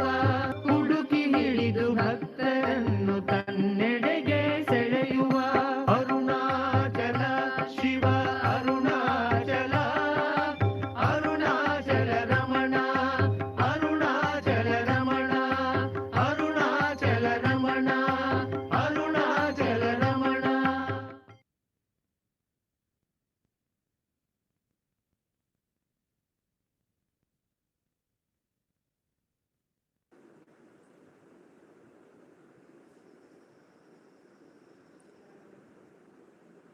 ರಮಣ ಗುರುವ ಚರಣ ಪಿಡಿವ ಭಕುತ ಜನರೇ ಧನ್ಯರು. ನಮ್ಮ ಜೀವನದಲ್ಲಿ ನಾವೆಲ್ಲ ಅವರು ವೇಣುಗೋಪಾಲರಾವ್ ಅವ್ರು ಬರೆದ ಹಾಗೆ ಎಳವ ನಾನು ಗಿರಿಯ ನೇರಿ ಎಂತು ನಿನ್ನ ಸಾರ್ವೆನು ಅಂತ ನಾವು ನಮ್ಮ ಆತ್ಮದೊಳಗೆ ಹೋಗುವ ಒಂದು ಬೆಟ್ಟವನ್ನು ಹತ್ತುವ ರೀತಿಯಲ್ಲಿ ಆ ಒಂದು ಸಾಧನೆಯನ್ನು ನಾವು ಮಾಡ್ತಾ ಇರಬೇಕಾದ್ರೆ ನಾವೆಲ್ಲರೂ ಕೂಡ ಅದರಲ್ಲಿ ಅಸಹಾಯಕರು, ನಮಗೆ ಆಗೋದಿಲ್ಲ ಅಂತ ಅನ್ಕೋತೀವಿ. ಅದೇ ಉಮಾಶ್ರೀಪತಿ ಅವರು ಕೂಡ ಹೇಳಿದ್ರು. ಆದರೆ ಭಗವಾನ್ ರಮಣರು ಏನು ಮಾಡ್ತಾರೆ ಅಂದರೆ, ನಮ್ಮ ಎಲ್ಲ ಸಾಧನೆಗಳನ್ನು, ನಮ್ಮ ಎಲ್ಲ ಆಶ್ರಯಗಳನ್ನು ಕಿತ್ಕೊಂಡ್ಬಿಡ್ತಾರೆ, ನಮ್ಮಿಂದ ಕಿತ್ಕೊಂಡ್ಬಿಡ್ತಾರೆ. ಯಾವ ರೀತಿಯಲ್ಲಿ ಕಿತ್ಕೊಳ್ತಾರೆ? ಆತ್ಮ ವಿಚಾರ ಎನ್ನುವ ಸರ್ವಶಕ್ತವಾದ ಒಂದು ಸಾಧನೆಯಿಂದ ಅದನ್ನ ಕಿತ್ಕೊಂಡ್ಬಿಡ್ತಾರೆ. ಇದೆಲ್ಲ ನಿನಗೆ ಪ್ರಯೋಜನ ಇಲ್ವಲ್ಲ, ಅದು ನನ್ನ ಹತ್ರ ಕೊಟ್ಬಿಡು ಅಂತಾರೆ, ಕೊಡು ನನಗೆ ಅಂತಾರೆ. ಅದನ್ನ ಆತ್ಮ ವಿಚಾರದಲ್ಲಿ ಬಹಳ ಸೂಕ್ಷ್ಮವಾಗಿ, ಒಂದು ರೀತಿಯಲ್ಲಿ ಮೃದುವಾಗಿ, ಒಂದು ರೀತಿಯಲ್ಲಿ ತುಂಬಾ ಸಶಕ್ತವಾಗಿ, ಆದರೆ ಅದೇ ಸಮಯದಲ್ಲಿ ಮೃದುವಾಗಿ ಕೂಡ ಆ ಆತ್ಮ ವಿಚಾರದ ಮೂಲಕ ನಮ್ಮ ಇತರ ಎಲ್ಲ ಆಶ್ರಯಗಳನ್ನು ಕಿತ್ಕೊಂಡು ಅವರು ಮಾತ್ರ ಉಳಿಯೋ ಹಾಗೆ ಮಾಡ್ತಾರೆ. ಇಂತಹ ಆತ್ಮ ವಿಚಾರದ ಸೊಗಸಿನ ಬಗ್ಗೆ ನಮಗೆ ಇನ್ನು ತಿಳಿ ಹೇಳಿ ಅದರ ಅಭ್ಯಾಸವನ್ನು ನಂದಕುಮಾರ್ ಅವರು ಮಾಡಿಸ್ಲಿಕ್ಕಿದ್ದಾರೆ. ಎಲ್ಲರಿಗೂ ನಮೋ ರಮಣ. ಈ ಸತ್ಸಂಗದ ಈ ಆತ್ಮವಿಚಾರದ ಅಭ್ಯಾಸ ಮಾಡುವಂಥ ಭಾಗದಲ್ಲಿ ನಮಗಾಗಿ ಈ ನಾನು ಯಾರು ಅನ್ನುವ ಭಗವಾನರ ಉಪದೇಶಗಳು ಅಡಗಿರುವ ಕೃತಿಯಿಂದ ನಮಗಾಗಿ ಪ್ರಶ್ನೋತ್ತರಗಳನ್ನು ಓದ್ತಾ ಇದ್ದಾರೆ ರೇವತಿಯವರು. ಈ ಸತ್ಸಂಗದಲ್ಲಿ ಅವರು ನಮಗಾಗಿ 18ನೇ ಪ್ರಶ್ನೆ ಮತ್ತೆ ಅದರ ಉತ್ತರವನ್ನು ಓದಲಿದ್ದಾರೆ. ಓಂ ನಮೋ ಭಗವತೆ ಶ್ರೀರಮಣಾಯ. 18ನೇ ಪ್ರಶ್ನೆ, ಭಕ್ತರಲ್ಲಿ ಯಾರು ಅತಿ ಶ್ರೇಷ್ಠರು? ಮತ್ತೊಮ್ಮೆ ಪ್ರಶ್ನೆ, ಭಕ್ತರಲ್ಲಿ ಯಾರು ಅತಿ ಶ್ರೇಷ್ಠರು? ಉತ್ತರ, ಆತ್ಮಸ್ವರೂಪವೇ ಆದ ಭಗವಂತನಿಗೆ ಯಾರು ತನ್ನನ್ನು ಸಂಪೂರ್ಣವಾಗಿ ಅರ್ಪಿಸಿಕೊಂಡಿರುತ್ತಾನೆಯೋ ಅವನೇ ಅತಿ ಶ್ರೇಷ್ಠನಾದ ಭಕ್ತ. ಆತ್ಮಚಿಂತನೆಯ ಹೊರತು ಬೇರಾವ ಚಿಂತನೆಗಳಿಗೂ ಎಡೆಗೊಡದೆ ಇರುವುದೇ ಭಗವಂತ. ಆತ್ಮಚಿಂತನೆಯ ಹೊರತು ಬೇರಾವ ಚಿಂತನೆಗಳಿಗೂ ಎಡೆಗೊಡದೆ ಇರುವುದೇ ಭಗವಂತನಿಗೆ ಅರ್ಪಿಸಿಕೊಳ್ಳುವುದು ಎಂಬುದರ ನಿಜವಾದ ಅರ್ಥ. ಭಗವಂತನಿಗೆ ಸಮರ್ಪಿಸಲ್ಪಟ್ಟ ಎಲ್ಲ ಭಾರವನ್ನು ಅವನು ವಹಿಸಿಕೊಳ್ಳುತ್ತಾನೆ. ಭಗವಂತನ ಶಕ್ತಿಯೊಂದೇ ಎಲ್ಲ ಕಾರ್ಯಗಳನ್ನು ಮಾಡುತ್ತಿರುವುದರಿಂದ ನಾವು ಅದಕ್ಕೆ ತಲೆಬಾಗಿರುವುದನ್ನು ಬಿಟ್ಟು ಹೀಗೆ ಮಾಡಬೇಕು, ಹಾಗೆ ಮಾಡಬೇಕು ಎಂದು ಸತತವಾಗಿ ಏಕೆ ಚಿಂತಿಸುತ್ತಿರಬೇಕು? ರೈಲು ಗಾಡಿಯು ಎಲ್ಲಾ ಭಾರವನ್ನು ಹೊರುತ್ತದೆ ಎಂಬುದನ್ನು ತಿಳಿದಿದ್ದು ಅದರಲ್ಲಿ ಪ್ರಯಾಣ ಮಾಡುವವನು ತನ್ನ ಬಳಿ ಇರುವ ಚಿಕ್ಕ ಗಂಟನ್ನು ತನ್ನ ತಲೆಯ ಮೇಲೆಯೇ ಹೊತ್ತಿಕೊಂಡು ಕಷ್ಟಪಡುವುದೇಕೆ? ಧನ್ಯವಾದಗಳು ರೇವತಿ ಅವರಿಗೆ. ಹೋದ ವಾರ ನಾವು ಭಗವಾನರು 17ನೇ ಪ್ರಶ್ನೆಗೆ ಏನು ಉತ್ತರ ಕೊಟ್ಟರು ಅಂತ ನೋಡಿದ್ವಿ. ಎಲ್ಲವೂ ಆ ಪರಮಾತ್ಮನ ಕಾರ್ಯವೇ ಅಲ್ಲವೇ ಅನ್ನುವ ಪ್ರಶ್ನೆಗೆ ಭಗವಾನರು ಹೇಗೆ ಹೌದು ಎಲ್ಲವೂ ಪರಮಾತ್ಮನ ಕಾರ್ಯವೇ, ಆದರೆ ಆ ಸ್ಫುರಣ, ಆ ಹಂಸ್ಫುರಣದ ಸನ್ನಿಧಿಯಲ್ಲೇ ಎಲ್ಲ ಕೃತಿಗಳು, ಎಲ್ಲ ಕೆಲಸಗಳು ನಡೆದೋಗುತ್ತೆ. ಪಂಚಕೃತಿಗಳಾದ ಸೃಷ್ಟಿ, ಸ್ಥಿತಿ, ಲಯ, ತಿರೋಧನ ಮತ್ತೆ ಮುಕ್ತಿ ಅನ್ನುವ ಪಂಚಕೃತಿಗಳು ಆ ಸನ್ನಿಧಿ ಮಾತ್ರದಲ್ಲೇ ನಡೆದೋಗುತ್ತೆ ಅಂತ ಹೇಳಿ ನಮಗೆ ಆ ಈಶ್ವರನಿಗೆ ಯಾವ ಥರ ಕರ್ಮವೂ ಅಂಟಲ್ಲ ಅಂತ ಹೇಳ್ಕೊಟ್ರು. ಇವಾಗ ಆ ಪ್ರಶ್ನೆಗೆ ಉತ್ತರವನ್ನು ನೋಡುವಾಗ ಭಗವಾನರು ಹೇಗೆ ಭಕ್ತಿ ಮಾರ್ಗವನ್ನು, ಜ್ಞಾನ ಮಾರ್ಗವನ್ನು ಒಂದು ಮಾಡಿದ್ದಾರೆ ಅಂತ ನೋಡಿದ್ವಿ. ಇದರಲ್ಲಿ ಅದನ್ನು ಪೂರ್ಣಗೊಳಿಸ್ತಾರೆ. ಭಕ್ತರಲ್ಲಿ ಯಾರು ಅತಿ ಶ್ರೇಷ್ಠರು ಅನ್ನುವುದು ಪ್ರಶ್ನೆ. ಅದಕ್ಕೆ ಭಗವಾನರ ಉತ್ತರವನ್ನು ನೋಡೋಣ. ಆತ್ಮ ಸ್ವರೂಪವೇ ಆದ ಭಗವಂತನಿಗೆ ಅಂತ ಶುರು ಮಾಡಿ ನಮಗೆ ಆ ಭಗವಂತನ ಸ್ವರೂಪ ಆತ್ಮಸ್ವರೂಪವೇ ಅಂತ ತಂದು ಆ ಜ್ಞಾನಕ್ಕೆ ಸೇರಿಸ್ಬಿಡ್ತಾರೆ. ಆ ಭಗವಂತನಿಗೆ ಪರಮಜ್ಞಾನಿ ಅಂತಾನೆ ಹೆಸರು. ಅಂದರೆ ಜ್ಞಾನಿ ಅನ್ನೋದರಲ್ಲಿ ಆ ಭಗವಂತನಿಂದನೋ ಅಥವಾ ಅವತಾರದಿಂದನೋ ನಾವು ನಮ್ಮ ರಮಣ ಭಗವಾನನ್ನು ಕೀಳು ಮಾಡ್ತಾ ಇಲ್ಲ. ಜ್ಞಾನಿ ಅನ್ನುವುದು ಅತಿ ಶ್ರೇಷ್ಠವಾಗಿದ್ದು ಅನ್ನೋದನ್ನು ಈ ಉತ್ತರ ಮೂಲಕ ಹೇಳ್ಕೊಡ್ತಾರೆ. ಆತ್ಮಸ್ವರೂಪವೇ ಆದ ಭಗವಂತನಿಗೆ ಯಾರು ತನ್ನನ್ನು ಸಂಪೂರ್ಣವಾಗಿ ಅರ್ಪಿಸಿಕೊಳ್ಳುತ್ತಾನೆಯೋ ಅವನೇ ಅತಿ ಶ್ರೇಷ್ಠನಾದ ಭಕ್ತ ಅಂತ ಹೇಳಿರ್ತಾರೆ. ಅಂದರೆ ಆ ಆತ್ಮಸ್ವರೂಪವಾದ ಭಗವಂತನಿಗೆ ಅಂತ ಹೇಳುವ ಒಂದೇ ಪದದಲ್ಲಿ ನಮಗೆ ಆ ಆತ್ಮಸ್ವರೂಪವೇ ಈಶ್ವರನ ನಿಜ ಸ್ವರೂಪ. ಅಲ್ಲಿಗೆ ನಮ್ಮನ್ನು ಭಗವಾನರು ಎಳೆದುಕೊಂಡು ಹೋಗ್ತಾ ಇದ್ದಾರೆ, ಆ ಸ್ವರೂಪಕ್ಕೆ ನಮ್ಮನ್ನು ಎಳೆದುಕೊಂಡು ಹೋಗ್ತಾ ಇದ್ದಾರೆ ಅಂತ ಜ್ಞಾನಕ್ಕೂ ಭಕ್ತಿಗೂ ಒಂದೇ ಮೂಲ. ಹೃತ್ಸ್ಥಲೇ ಮನಃ ಸ್ವಸ್ಥತಾ ಕ್ರಿಯಾ ಯೋಗ ಭಕ್ತಿ ಬೋಧ ದಾಶ್ಚ ನಿಶ್ಚಿತಂ ಅಂತ ಆ ಸ್ವರೂಪದಲ್ಲಿ ನಾವು ನಮ್ಮ ಅಹಂಕಾರವನ್ನು ಮುಳುಗಿಸ್ಬಿಟ್ಟು ಅದರಲ್ಲೇ ನೆಲೆ ನಿಂತಾಗ ಅದೇ ಕರ್ಮ, ಭಕ್ತಿ, ಯೋಗ, ಜ್ಞಾನ ಅನ್ನುವ 4 ಮಾರ್ಗಗಳ ಅಂತ್ಯವು ಅಂತ ಹೇಳಿರ್ತಾರೆ. ಅದರ ಪ್ರಕಾರವಾಗಿ ಇಲ್ಲಿ ಈಶ್ವರನ ಸ್ವರೂಪ ಆ ಸ್ವಸ್ವರೂಪ ಆತ್ಮಸ್ವರೂಪವೇ ಅಂತ ಹೇಳಿರ್ತಾರೆ. ಆತ್ಮಸ್ವರೂಪವಾದ ಆ ಭಗವಂತನಿಗೆ ಯಾರು ತನ್ನನ್ನೇ ಅರ್ಪಿಸಿಕೊಂಡಿರುತ್ತಾನೆಯೋ ಅವನೇ ಶ್ರೇಷ್ಠನಾದ ಭಕ್ತ ಅಂತ. ತನ್ನನ್ನೇ ಅರ್ಪಿಸಿಕೊಳ್ಳೋದು ಅಂದರೆ ಏನು ಅಂತ ಒಂದು ಪ್ರಶ್ನೆ ಬರುತ್ತೆ ಅಲ್ವೇ? ಅದಕ್ಕೆ ತನ್ನನ್ನೇ ಈಶ್ವರನಿಗೆ ಆ ಸ್ವರೂಪವಾದ ಆತ್ಮನಾದ ಆತ್ಮಸ್ವರೂಪನಾದ ಭಗವಂತನಿಗೆ ಅರ್ಪಿಸಿಕೊಳ್ಳೋದು ಅಂದ್ರೆ ಏನು ಅಂದ್ರೆ ಆತ್ಮಚಿಂತನೆ ಒಂದನ್ನು ಬಿಟ್ಟು ಬೇರೆ ಯಾವ ಚಿಂತನೂ ಬರಿದೇ ಇರುವ ತರ ಅದನ್ನೇ ಹಿಡ್ಕೊಂಡಿರುವುದೇ, ಸದಾ ಸರ್ವದಾ ಹಿಡ್ಕೊಂಡಿರುವುದೇ ತನ್ನನ್ನು ಭಗವಂತನಿಗೆ ಅರ್ಪಿಸಿಕೊಳ್ಳುವುದು ಅಂತ ಭಗವಾನರು ಹೇಳಿರ್ತಾರೆ. ಅಂದ್ರೆ ನಮಗೆ ನಾನು ಅನ್ನುವ ಆ ಅಹಂಕಾರವನ್ನು ಆ ಈಶ್ವರನ ಹತ್ರ ಸಮರ್ಪಿಸುವುದಕ್ಕೆ ನಾವೇನ್ ಮಾಡಬೇಕು? ಆತ್ಮಚಿಂತನೆ ಒಂದನ್ನೇ ಹಿಡಿತಾ ಇರಬೇಕು ಅಂತ. ಅದರಲ್ಲಿ ಏನು ಮೂಲಭೂತವಾಗಿ ನಮಗೆ ಹೇಳ್ಕೊಡ್ತಾ ಇದ್ದಾರೆ ಅಂತ ಮುಂದಕ್ಕೆ ಹೇಳ್ತಾರೆ. ಆ ಒಂದು ಭಗವಂತನ ಶಕ್ತಿ ಎಲ್ಲವನ್ನೂ ನಡೆಸಿಕೊಂಡಿರುವಾಗ ನಾವು ಅದಕ್ಕೆ ತಲೆಬಾಗಿ ಇರದಲೇ ನಾನು ಇದನ್ನು ಮಾಡಬೇಕು ಅದನ್ನು ಮಾಡಬೇಕು ಅಂತ ಹೇಳ್ತಾ ಇರುವುದು ಯಾಕೆ ಅಂತ ಹೇಳ್ತಾರೆ. ಇದರಲ್ಲಿ ಎಷ್ಟು ಚೆನ್ನಾಗಿ ನಮಗೆ ಶರಣಾಗತಿಯನ್ನು ಹೇಳ್ಕೊಡ್ತಾರೆ. ಯಾವುದೋ ಒಂದು ಕಷ್ಟ ಬರ್ತಾ ಇದೆ ಜೀವನದಲ್ಲಿ, ಕಷ್ಟ ಅನ್ನುವುದು ಮನುಷ್ಯನಿಗೆ ಕೊಟ್ಟೆ ನಮ್ಮನ್ನು ಉನ್ನತ ಸ್ಥಿತಿಗೆ ಭಗವಂತ ಕರ್ಕೊಂಡು ಹೋಗೋದು. ಆ ಕಷ್ಟ ಬಂದಾಗ ನಾವು ಒಂದೊಂದೇ ಕಷ್ಟವಾಗಿ ಅಥವಾ ಒಂದೊಂದೇ ಅವನ ಹತ್ರ ನಾವು ಬೇಡ್ಕೋಬಹುದು. ಆವಾಗ ನೀನು ಹೆಂಗ ನಡೆಸ್ತೀಯೋ ನಡೆಸ್ಕೋ, ಆದರೆ ಇದು ಒಂದು ಕೊಟ್ರೆ ಒಳ್ಳೇದಿತ್ತು ಅಂತ ಕೇಳಿ ಬಿಟ್ಟು ಬಿಡ್ತೀವಿ. ಅದನ್ನು ಆ ಒಂದು ವಿಷಯವನ್ನು ಅವನ ಹತ್ರ ಶರಣಾಗತಿ ಆಗಿರ್ತೀವಿ. ಒಂದು ಮಹಾರಾಣಿಗೆ ಭಗವಾನರು ಇದನ್ನು ಪಾರ್ಷಿಯಲ್ ಸರೆಂಡರ್ ಅಂತ ಹೇಳ್ಕೊಡ್ತಾರೆ. ಅವರು ಮಹಾರಾಣಿ ಒಪ್ಪೋದಿಲ್ಲ. ಹೇಗೆ ಆ ಭಗವಂತ ಎಲ್ಲವನ್ನು ಬರೆದ ಮೇಲೆ ಪಾರ್ಷಿಯಲ್ ಸರೆಂಡರ್ ಹೆಂಗ ಕೆಲಸ ಮಾಡುತ್ತೆ ಅಂತ ಕೇಳ್ತಾರೆ. ಭಗವಾನರು ಹೇಳ್ತಾರೆ, ಅವನು ಬರೆದಿರೋದರಲ್ಲಿ ಈ ಪಾರ್ಷಿಯಲ್ ಸರೆಂಡರ್ಗೂ ಅವಕಾಶವಿದೆ. ನೀನು ಪಾರ್ಷಿಯಲ್ ಸರೆಂಡರ್ ಮಾಡಿಕೊಂಡೇ ಆ ಉನ್ನತ ಭಕ್ತ ಸ್ಥಿತಿಗೆ ಬಾ ಅಂತ ಹೇಳಿರ್ತಾರೆ. ಆದರೆ ಆ ಒಂದು ಸಂಭಾಷಣೆ ಬೇರೆ ಒಂದು ದಾರಿಯಲ್ಲಿ ಹೋಗುತ್ತೆ ಮುಂದಕ್ಕೆ. ನಮಗೆ ಆ ಪಾರ್ಷಿಯಲ್ ಸರೆಂಡರ್ ಇಂದ ಪೂರ್ಣವಾದ ಶರಣಾಗತಿ ಅಂದ್ರೆ ಹೇಗೆ ಅನ್ನೋದನ್ನು ಈ ಒಂದು ಉತ್ತರದಲ್ಲಿ ಹೇಳಿಕೊಟ್ಟಿರ್ತಾರೆ. ಪೂರ್ಣ ಶರಣಾಗತಿ ಅಂದ್ರೆ ಆತ್ಮಚಿಂತನೆಯ ಒಂದನ್ನು ಬಿಟ್ಟು ಬೇರೆ ಯಾವುದು ಚಿಂತಿಸದೇ ಇರುವುದು. ಹಾಗಾದ್ರೆ ಎಷ್ಟು ಚೆನ್ನಾಗಿ ನಮಗೆ ಭಗವಾನರು ನಮ್ಮ ಪೂರ್ಣ ಜೀವನವನ್ನು, ಅದು ಏನಕ್ಕೂ ಬೆಲೆ ಬರೋದಿಲ್ಲ, ಆದರೂ ಅದನ್ನು ಎಲ್ಲವನ್ನು ಭಗವಂತನಿಗೆ ಅರ್ಪಿಸಿಬಿಡೋದು. ಹೇಗೆ? ಮೂಲಭೂತವಾಗಿ ಇರುವಂತಹ ನಾನು ಅನ್ನುವ ಯೋಚನೆಯನ್ನೇ ಅರ್ಪಿಸಿಬಿಟ್ರೆ ಆ ನಾನು ಹೊರುವಂತ ಭಾರ ಎಲ್ಲ ಅವನಿಗೆ ಹೋಗಿ ಸೇರುತ್ತದೆ ಅಲ್ವೇ? ನಮ್ಮ ಜೀವನವೇ ಅವನು ಹೊರ್ಕೊಂಡು ಬರ್ತಾನೆ, ಅವನೇ ಹೊರ್ತಾ ಇರೋದು. ನಾವು ಹೊರ್ತಾ ಇದೀವಿ ಅನ್ನೋದು ತಪ್ಪು ಕಲ್ಪನೆ.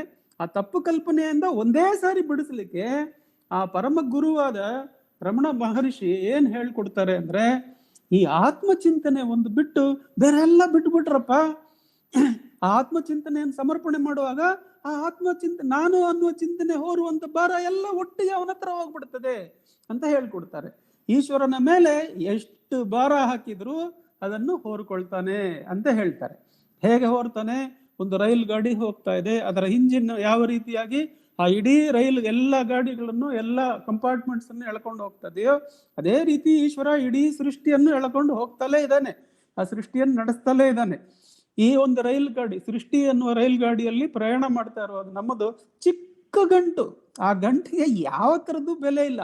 ಅದನ್ನು ನಮ್ಮ ತಲೆ ಮೇಲೆ ಇಟ್ಕೊಂಡು ಈ ಎಷ್ಟು ಭಾರ ಇದೆ, ಆಹಾ ಹೆಂಗೆ ಹೋಗ್ತೀನಿ ನೋಡು, ಅವ್ರಿಗೆಲ್ಲ ಏನು ಕಷ್ಟನೇ ಕೊಟ್ಟಿಲ್ಲ, ನನಗೆ ಮಾತ್ರ ಹಿಡ್ಕೊಂಡ ಈ ಭಗವಂತ ಅಂತ ಒಳ್ಳೆ ಹಾಸ್ಯವಾಗಿ ನಾವು ನಮ್ಮ ಭಾರವನ್ನು ತಲೆ ಮೇಲೆ ಇಟ್ಕೊಂಡಿದ್ದೀವಿ ಅಂತ ಹೇಳ್ತಾರೆ. ರೈಲ್ ಗಾಡಿಯಲ್ಲಿ ಹೋಗುವವನು ಯಾವ ರೀತಿ ತನ್ನ ಚಿಕ್ಕ ಗಂಟನ್ನು ತನ್ನ ಬೈಕೆ, ತನ್ನ ಬಲಿಕೆ ಅಂದ್ರೆ ತನ್ನ ಮಡಿಯಲ್ಲಿ ಇಟ್ಕೊಂಡು ತನ್ನ ತಲೆ ಮೇಲೆ ಇಟ್ಕೊಂಡು ಆ ಭಾರವನ್ನು ಕಷ್ಟಪಟ್ಕೊಂಡು ಇಟ್ಕೊಳ್ಳೋದು ಬದಲು ಆ ರ್ಯಾಕ್ ಅಂತ ಹೇಳ್ತಾರೆ. ಇಂಗ್ಲಿಷಲ್ಲಿ ಟಾಕ್ಸ್ ಅಲ್ಲಿ ಹೇಳುವಾಗ instead of keeping it in the rack will anybody keep it on the head ಅಂತ. ಆ ಥರ ತಲೆ ಮೇಲೆ ಇಟ್ಕೊಂಡು ಬರುವನು ನೋಡಿ ನಾವು ನಮ್ಮನ್ನು ನೋಡಿ ನಾವೇ ನಗಬೇಕು ಅಂತ ಹೇಳ್ತಾರೆ. ಇದರಲ್ಲಿ ಮೂಲಭೂತವಾಗಿ ಭಗವಾನರು ನಮಗೆ ಹೇಳ್ಕೊಡೋದು ಒಂದೇ ಒಂದು ಸಮರ್ಪಣದಲ್ಲಿ ನಮ್ಮ ಎಲ್ಲ ಕಷ್ಟಗಳನ್ನು, ಎಲ್ಲ ಕೆಲಸಗಳನ್ನು, ಎಲ್ಲ ಜವಾಬ್ದಾರಿಗಳನ್ನು ಆ ಈಶ್ವರನೇ ನಡೆಸ್ತಾ ಇದ್ದಾನೆ ಅನ್ನುವ ಅರಿವು ನಮಗೆ ಬರುವ ಹಾಗೆ ನಾವು ಮಾಡ್ಕೋಬಹುದು. ಹೇಗೆ ಮಾಡ್ಕೋಬಹುದು? ಈ ನಾನು ಅನ್ನುವ ಅಹಂಕಾರವನ್ನು ಅವನ ಹತ್ರ ಅರ್ಪಿಸಬೇಕು. ಯಾವನು ತನ್ನನ್ನು ತಾನೇ ಅರ್ಪಿಸಿಕೊಳ್ತಾನೋ ಆತ್ಮ ಸ್ವರೂಪದಲ್ಲಿ ಅವನೇ ಶ್ರೇಷ್ಠವಾದ ಭಕ್ತನ್ ಅಂತ ಹೇಳಿರ್ತಾರೆ. ಯಾರ್ ತನ್னை ಆ ಈಶ್ವರನಿடம் தன்னை ಅರ್ಪಿತು ಕೊಳ್ಳಿಗರಾನೋ ಅವನೇ ಶ್ರೇಷ್ಠನ್ ಅಪ್ಪಡಿ ಅಂತ ತಮಿಳಲ್ಲಿ ಹೇಳಿರ್ತಾರೆ. ಆ ಭಕ್ತನೇ ಶ್ರೇಷ್ಠವಾದ ಭಕ್ತ. ತನ್ನನ್ನು ಅರ್ಪಿಸಿಕೊಳ್ಳುವುದು ಅಂದ್ರೆ ಈ ನಾನು ಅನ್ನುವ ಚಿಂತನೆಯನ್ನು ಬಿಟ್ಟು ಅದರ ಮೂಲಕ್ಕೆ ತಗೊಂಡು ಹೋಗೋದನ್ನು ಬಿಟ್ಟು ಬೇರೆ ಯಾವ ಚಿಂತನೆಯನ್ನು ಹಿಡಿಬಾರ್ದು. ಅಂದ್ರೆ ಏನು? ಕೆಲಸ ಮಾಡಲ್ಲ ಅಂತೇಳಿ ಅಲ್ಲ, ನಾವು ಹಿಡಿಬಾರ್ದು, ನಮ್ಮನ್ನು ಅವನು ಹಿಡಿಸ್ತಾನೆ. ಬೇರೆ ಏನೇನು ಕೆಲಸ ಮಾಡಿಸ್ಬೇಕೋ ಎಲ್ಲ ಈಶ್ವರ ಶಕ್ತಿ ಮಾಡಿಸುತ್ತೆ, ಯಾವುದೊಂದು ತಪ್ಪಿಸ್ಕೊಳಕ್ಕಾಗಲ್ಲ. ಆದ್ರೆ ನಮ್ಮ ಜವಾಬ್ದಾರಿ ಏನು? ನಮ್ಮದೆಲ್ಲ ಅವನ ಹತ್ರ ಶರಣಾಗೋದು. ಹೇಗೆ ಶರಣಾಗೋದು?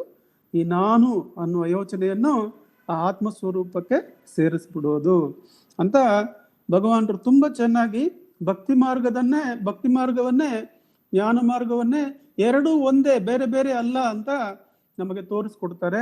ಈ ನಾರದ ಭಕ್ತಿ ಸೂತ್ರಗಳು ಅಂತ ಇದೆ, ಅಲ್ಲಿಗೆ ಅದರಲ್ಲಿ 9 ರೀತಿಯಾದ ಭಕ್ತಿ ಇದೆ ಅಂತ ಹೇಳ್ತಾರೆ. ನಾವು ಅದನ್ನು ಸ್ವಲ್ಪ ಮೇಲಿಂದ ಮೇಲೆ ನೋಡಿದ್ರು ಕೂಡ ಅದರಲ್ಲೇ ಕಡೆಗೆ ಪ್ರಹ್ಲಾದ ಭಕ್ತಿ ಅಲ್ಲ, ಅನನ್ಯ ಭಕ್ತಿ ಅಂತ ಬಂದ್ಬಿಡುತ್ತೆ. ಅಂದ್ರೆ ಅನನ್ಯ ಭಕ್ತಿ ಅಂದ್ರೆ ಅಲ್ಲಿ ಆ ಈಶ್ವರನನ್ನು ಬಿಟ್ಟು, ಆತ್ಮನನ್ನು ಬಿಟ್ಟು ಬೇರೆ ಯಾರು ಇಲ್ಲ ಅಂತ. ಪ್ರಹ್ಲಾದ ಹಿರಣ್ಯಕಶಿಪು ಸಂವಾದನೆ ನಡೆಯುವಾಗ ನಾವು ಕೇಳಿರ್ತೀವಿ, ಹಿರಣ್ಯಕಶಿಪು ಕೇಳಿರ್ತಾನೆ, ಈ ಕಲ್ಲಲ್ಲಿ ಇದಾನೆ ಅಂತ, ಈ ನಿನ್ನಲ್ಲಿ ಇದಾನೆ ಅಂತ ಕೇಳಿರ್ತಾನೆ, ಇದಾನೆ ಅಂತ ಹೇಳ್ತಾರೆ. ಹಿರಣ್ಯಕಶಿಪು ಕಡೆ ಕೇಳ್ತಾನೆ, ನನ್ನಲ್ಲೇ ಇದಾನೆ ಅಂತ, ನಿಮ್ಮಲ್ಲೂ ಇದಾನೆ ಅಂತ ಹೇಳಿರ್ತಾನೆ. ಅಂದ್ರೆ ಆಮ್ನಿ ಪ್ರೆಸೆನ್ಸ್ ಅಂತ ಏನ್ ಹೇಳ್ತೀವಿ, ಈಶ್ವರ ಆತ್ಮಸ್ವರೂಪವಾಗಿ ಎಲ್ಲರೊಳಗೆ ಇಮ್ಮೆನೆಂಟ್ ಆಗಿ ಇದ್ದಾನೆ, ಎಲ್ಲರೊಳಗೆ ಸರ್ವವ್ಯಾಪಿಯಾಗಿ ಇದ್ದಾನೆ ಅನ್ನುವುದನ್ನು ಹೇಳ್ಕೊಟ್ಟಿರ್ತಾರೆ. ಭಕ್ತಿಯ ಕಡೆಯಲ್ಲಿ ನಾವು ಇಲ್ಲೇ ಬರಬೇಕು, ಆತ್ಮಸ್ವರೂಪಕ್ಕೆ ಬರಬೇಕು. ಜ್ಞಾನದಲ್ಲೂ ಅಲ್ಲಿಗೆ ಬರಬೇಕು. ನಾವು ಉಪದೇಶ ಸಾರಂ 10ನೇ ಆ ಶ್ಲೋಕವನ್ನು ನೋಡುವಾಗ ಕರ್ಮ, ಭಕ್ತಿ, ಯೋಗ, ಜ್ಞಾನ ಎಲ್ಲ ಮಾರ್ಗದಲ್ಲೂ ಕಡೆಯಲ್ಲಿ ನಾವು ನಿಜವಾದ ಸಾಧಕ, ನಿಜವಾದ ಭಕ್ತ, ನಿಜವಾದ ಕರ್ಮ ಮಾರ್ಗಿ, ನಿಜವಾದ ಯೋಗಿ, ನಿಜವಾದ ಜ್ಞಾನ ಮಾರ್ಗಿ ಅಂತ ಹೇಳ್ಕೋಬೇಕು ಅಂದ್ರೆ ನಮ್ಮ ಅಹಂಕಾರವನ್ನು ಆತ್ಮಸ್ವರೂಪಕ್ಕೆ ಸಮರ್ಪಣ ಮಾಡಲೇಬೇಕು ಅನ್ನೋದನ್ನು ಭಗವಾನರು ಈ ಉತ್ತರದಲ್ಲಿ ಹೇಳ್ಕೊಟ್ಟಿರ್ತಾರೆ. ಆ ಸಮರ್ಪಣವನ್ನು ಮಾಡುವ ಅಭ್ಯಾಸವನ್ನು ಮಾಡೋಣ. ನಮಗೆ ಇದೇ ಪುಸ್ತಕದಲ್ಲಿ ನಾನು ಯಾರು ಅನ್ನುವ ಕೃತಿಯಲ್ಲಿ 10, 11, 12ನೇ ಪ್ರಶ್ನೋತ್ತರಗಳಲ್ಲಿ ಈ ಒಂದು ಅಭ್ಯಾಸ ಹೇಗೆ ಮಾಡುವುದು ಅಂತ ಹೇಳ್ಕೊಟ್ಟಿರ್ತಾರೆ. ಅದರ ಪ್ರಕಾರ ಯಾವ ಯೋಚನೆ ಇದ್ರೂ ಆ ಯೋಚನೆ ಹಿಂಬಾಲಿಸಬಾರ್ದು. ಹಿಂಬಾಲಿಸಿದ್ರೆ ನಾವು ಶರಣಾಗ್ತಾ ಇಲ್ಲ. ಆ ಯೋಚನೆಯನ್ನು ಆ ಈಶ್ವರನಿಗೆ ಬಿಟ್ಟು ಆತ್ಮಸ್ವರೂಪಿಯಾದ ಆ ಈಶ್ವರನಿಗೆ ಬಿಟ್ಟು ಈ ಯೋಚನೆ ಯಾರಿಗೆ ಅಂತ ಕೇಳಬೇಕು. ಆವಾಗ ನಮ್ಮ ನಾನು ಅನ್ನುವ ಆ ಚಿಂತನೆ ನಮಗೆ ಕೈಗೆ ಸಿಗುತ್ತೆ. ಆವಾಗ ಈ ಯೋಚನೆ ನನಗೆ ಅಂತ ಉತ್ತರ ಬರುತ್ತೆ. ನಾನು ಯಾರು ಅಂತ ಕೇಳಿದಾಗ ನಮ್ಮ ನಾನು ಅನ್ನುವ ಆ ಚಿಂತನೆ ತನ್ನ ಮೂಲಭೂತವಾದ ಆತ್ಮಸ್ವರೂಪಕ್ಕೆ ಹಿಂದೆ ತಿರುಗುತ್ತೆ.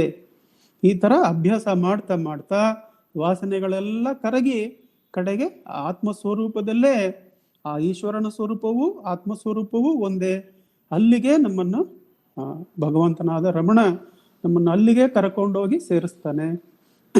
ಯಾವ ರೀತಿಯಾಗಿ ಸೇರಿಸ್ತಾನಂದ್ರೆ ಯಾವ ರೀತಿಯಾದ ಪ್ರಯತ್ನವೂ ಇಲ್ಲದಲೆ ನಮ್ಮ ಸಹಜವಾದ ಸ್ಥಿತಿಯೇ ಆತ್ಮಸ್ವರೂಪ ಅಂತ ತಿಳಿದು ಅಲ್ಲೇ ನಿಷ್ಠನಾಗಿ ನೆಲೆ ನಿಲ್ಲುವ ಆ ಸ್ಥಿತಿಯನ್ನು ಕೊಡ್ತಾನೆ. ಈ ಒಂದು ಅನುಗ್ರಹದಿಂದ ಭಗವಾನರ ಪರಿಪೂರ್ಣವಾದ ಆ ಒಂದು ಕೃಪೆಯಿಂದ ಒಂದು 10 ನಿಮಿಷ ಕಾಲ ನಾವು ಆತ್ಮವಿಚಾರ ಅಭ್ಯಾಸ ಮಾಡೋಣ. ಅಂಕಲ್ ನಾನು ಟೈಮ್ ಸೆಟ್ ಮಾಡ್ತೀನಿ. ಆಯ್ತು.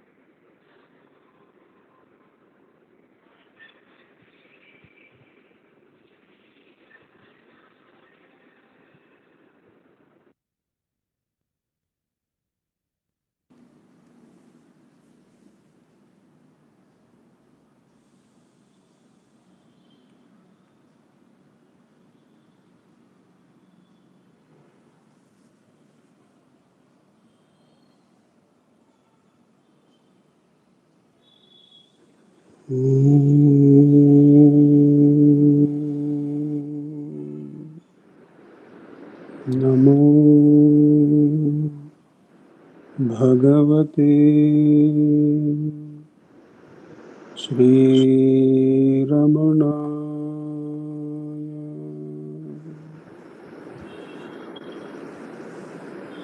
ನಮೋ ರಮಣ.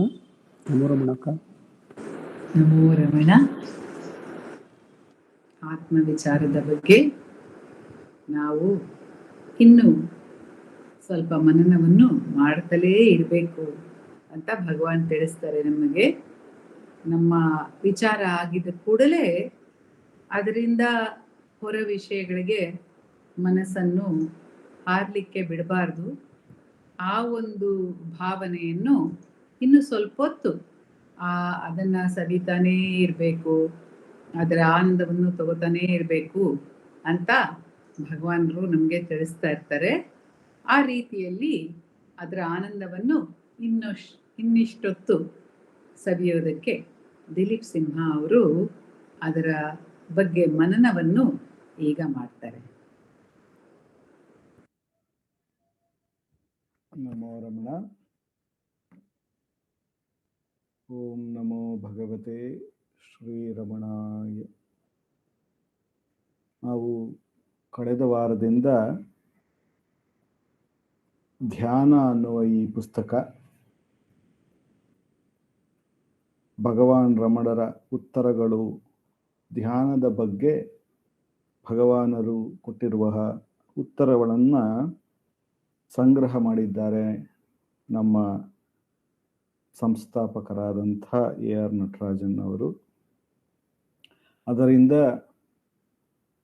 ಪ್ರಶ್ನೋತ್ತರಗಳನ್ನು, ಭಗವಾನರು ಕೊಟ್ಟಿರುವ ಉತ್ತರಗಳನ್ನು ನೋಡಿ ಅದರ ಬಗ್ಗೆ ಅವರ ಕೃಪೆಯಿಂದ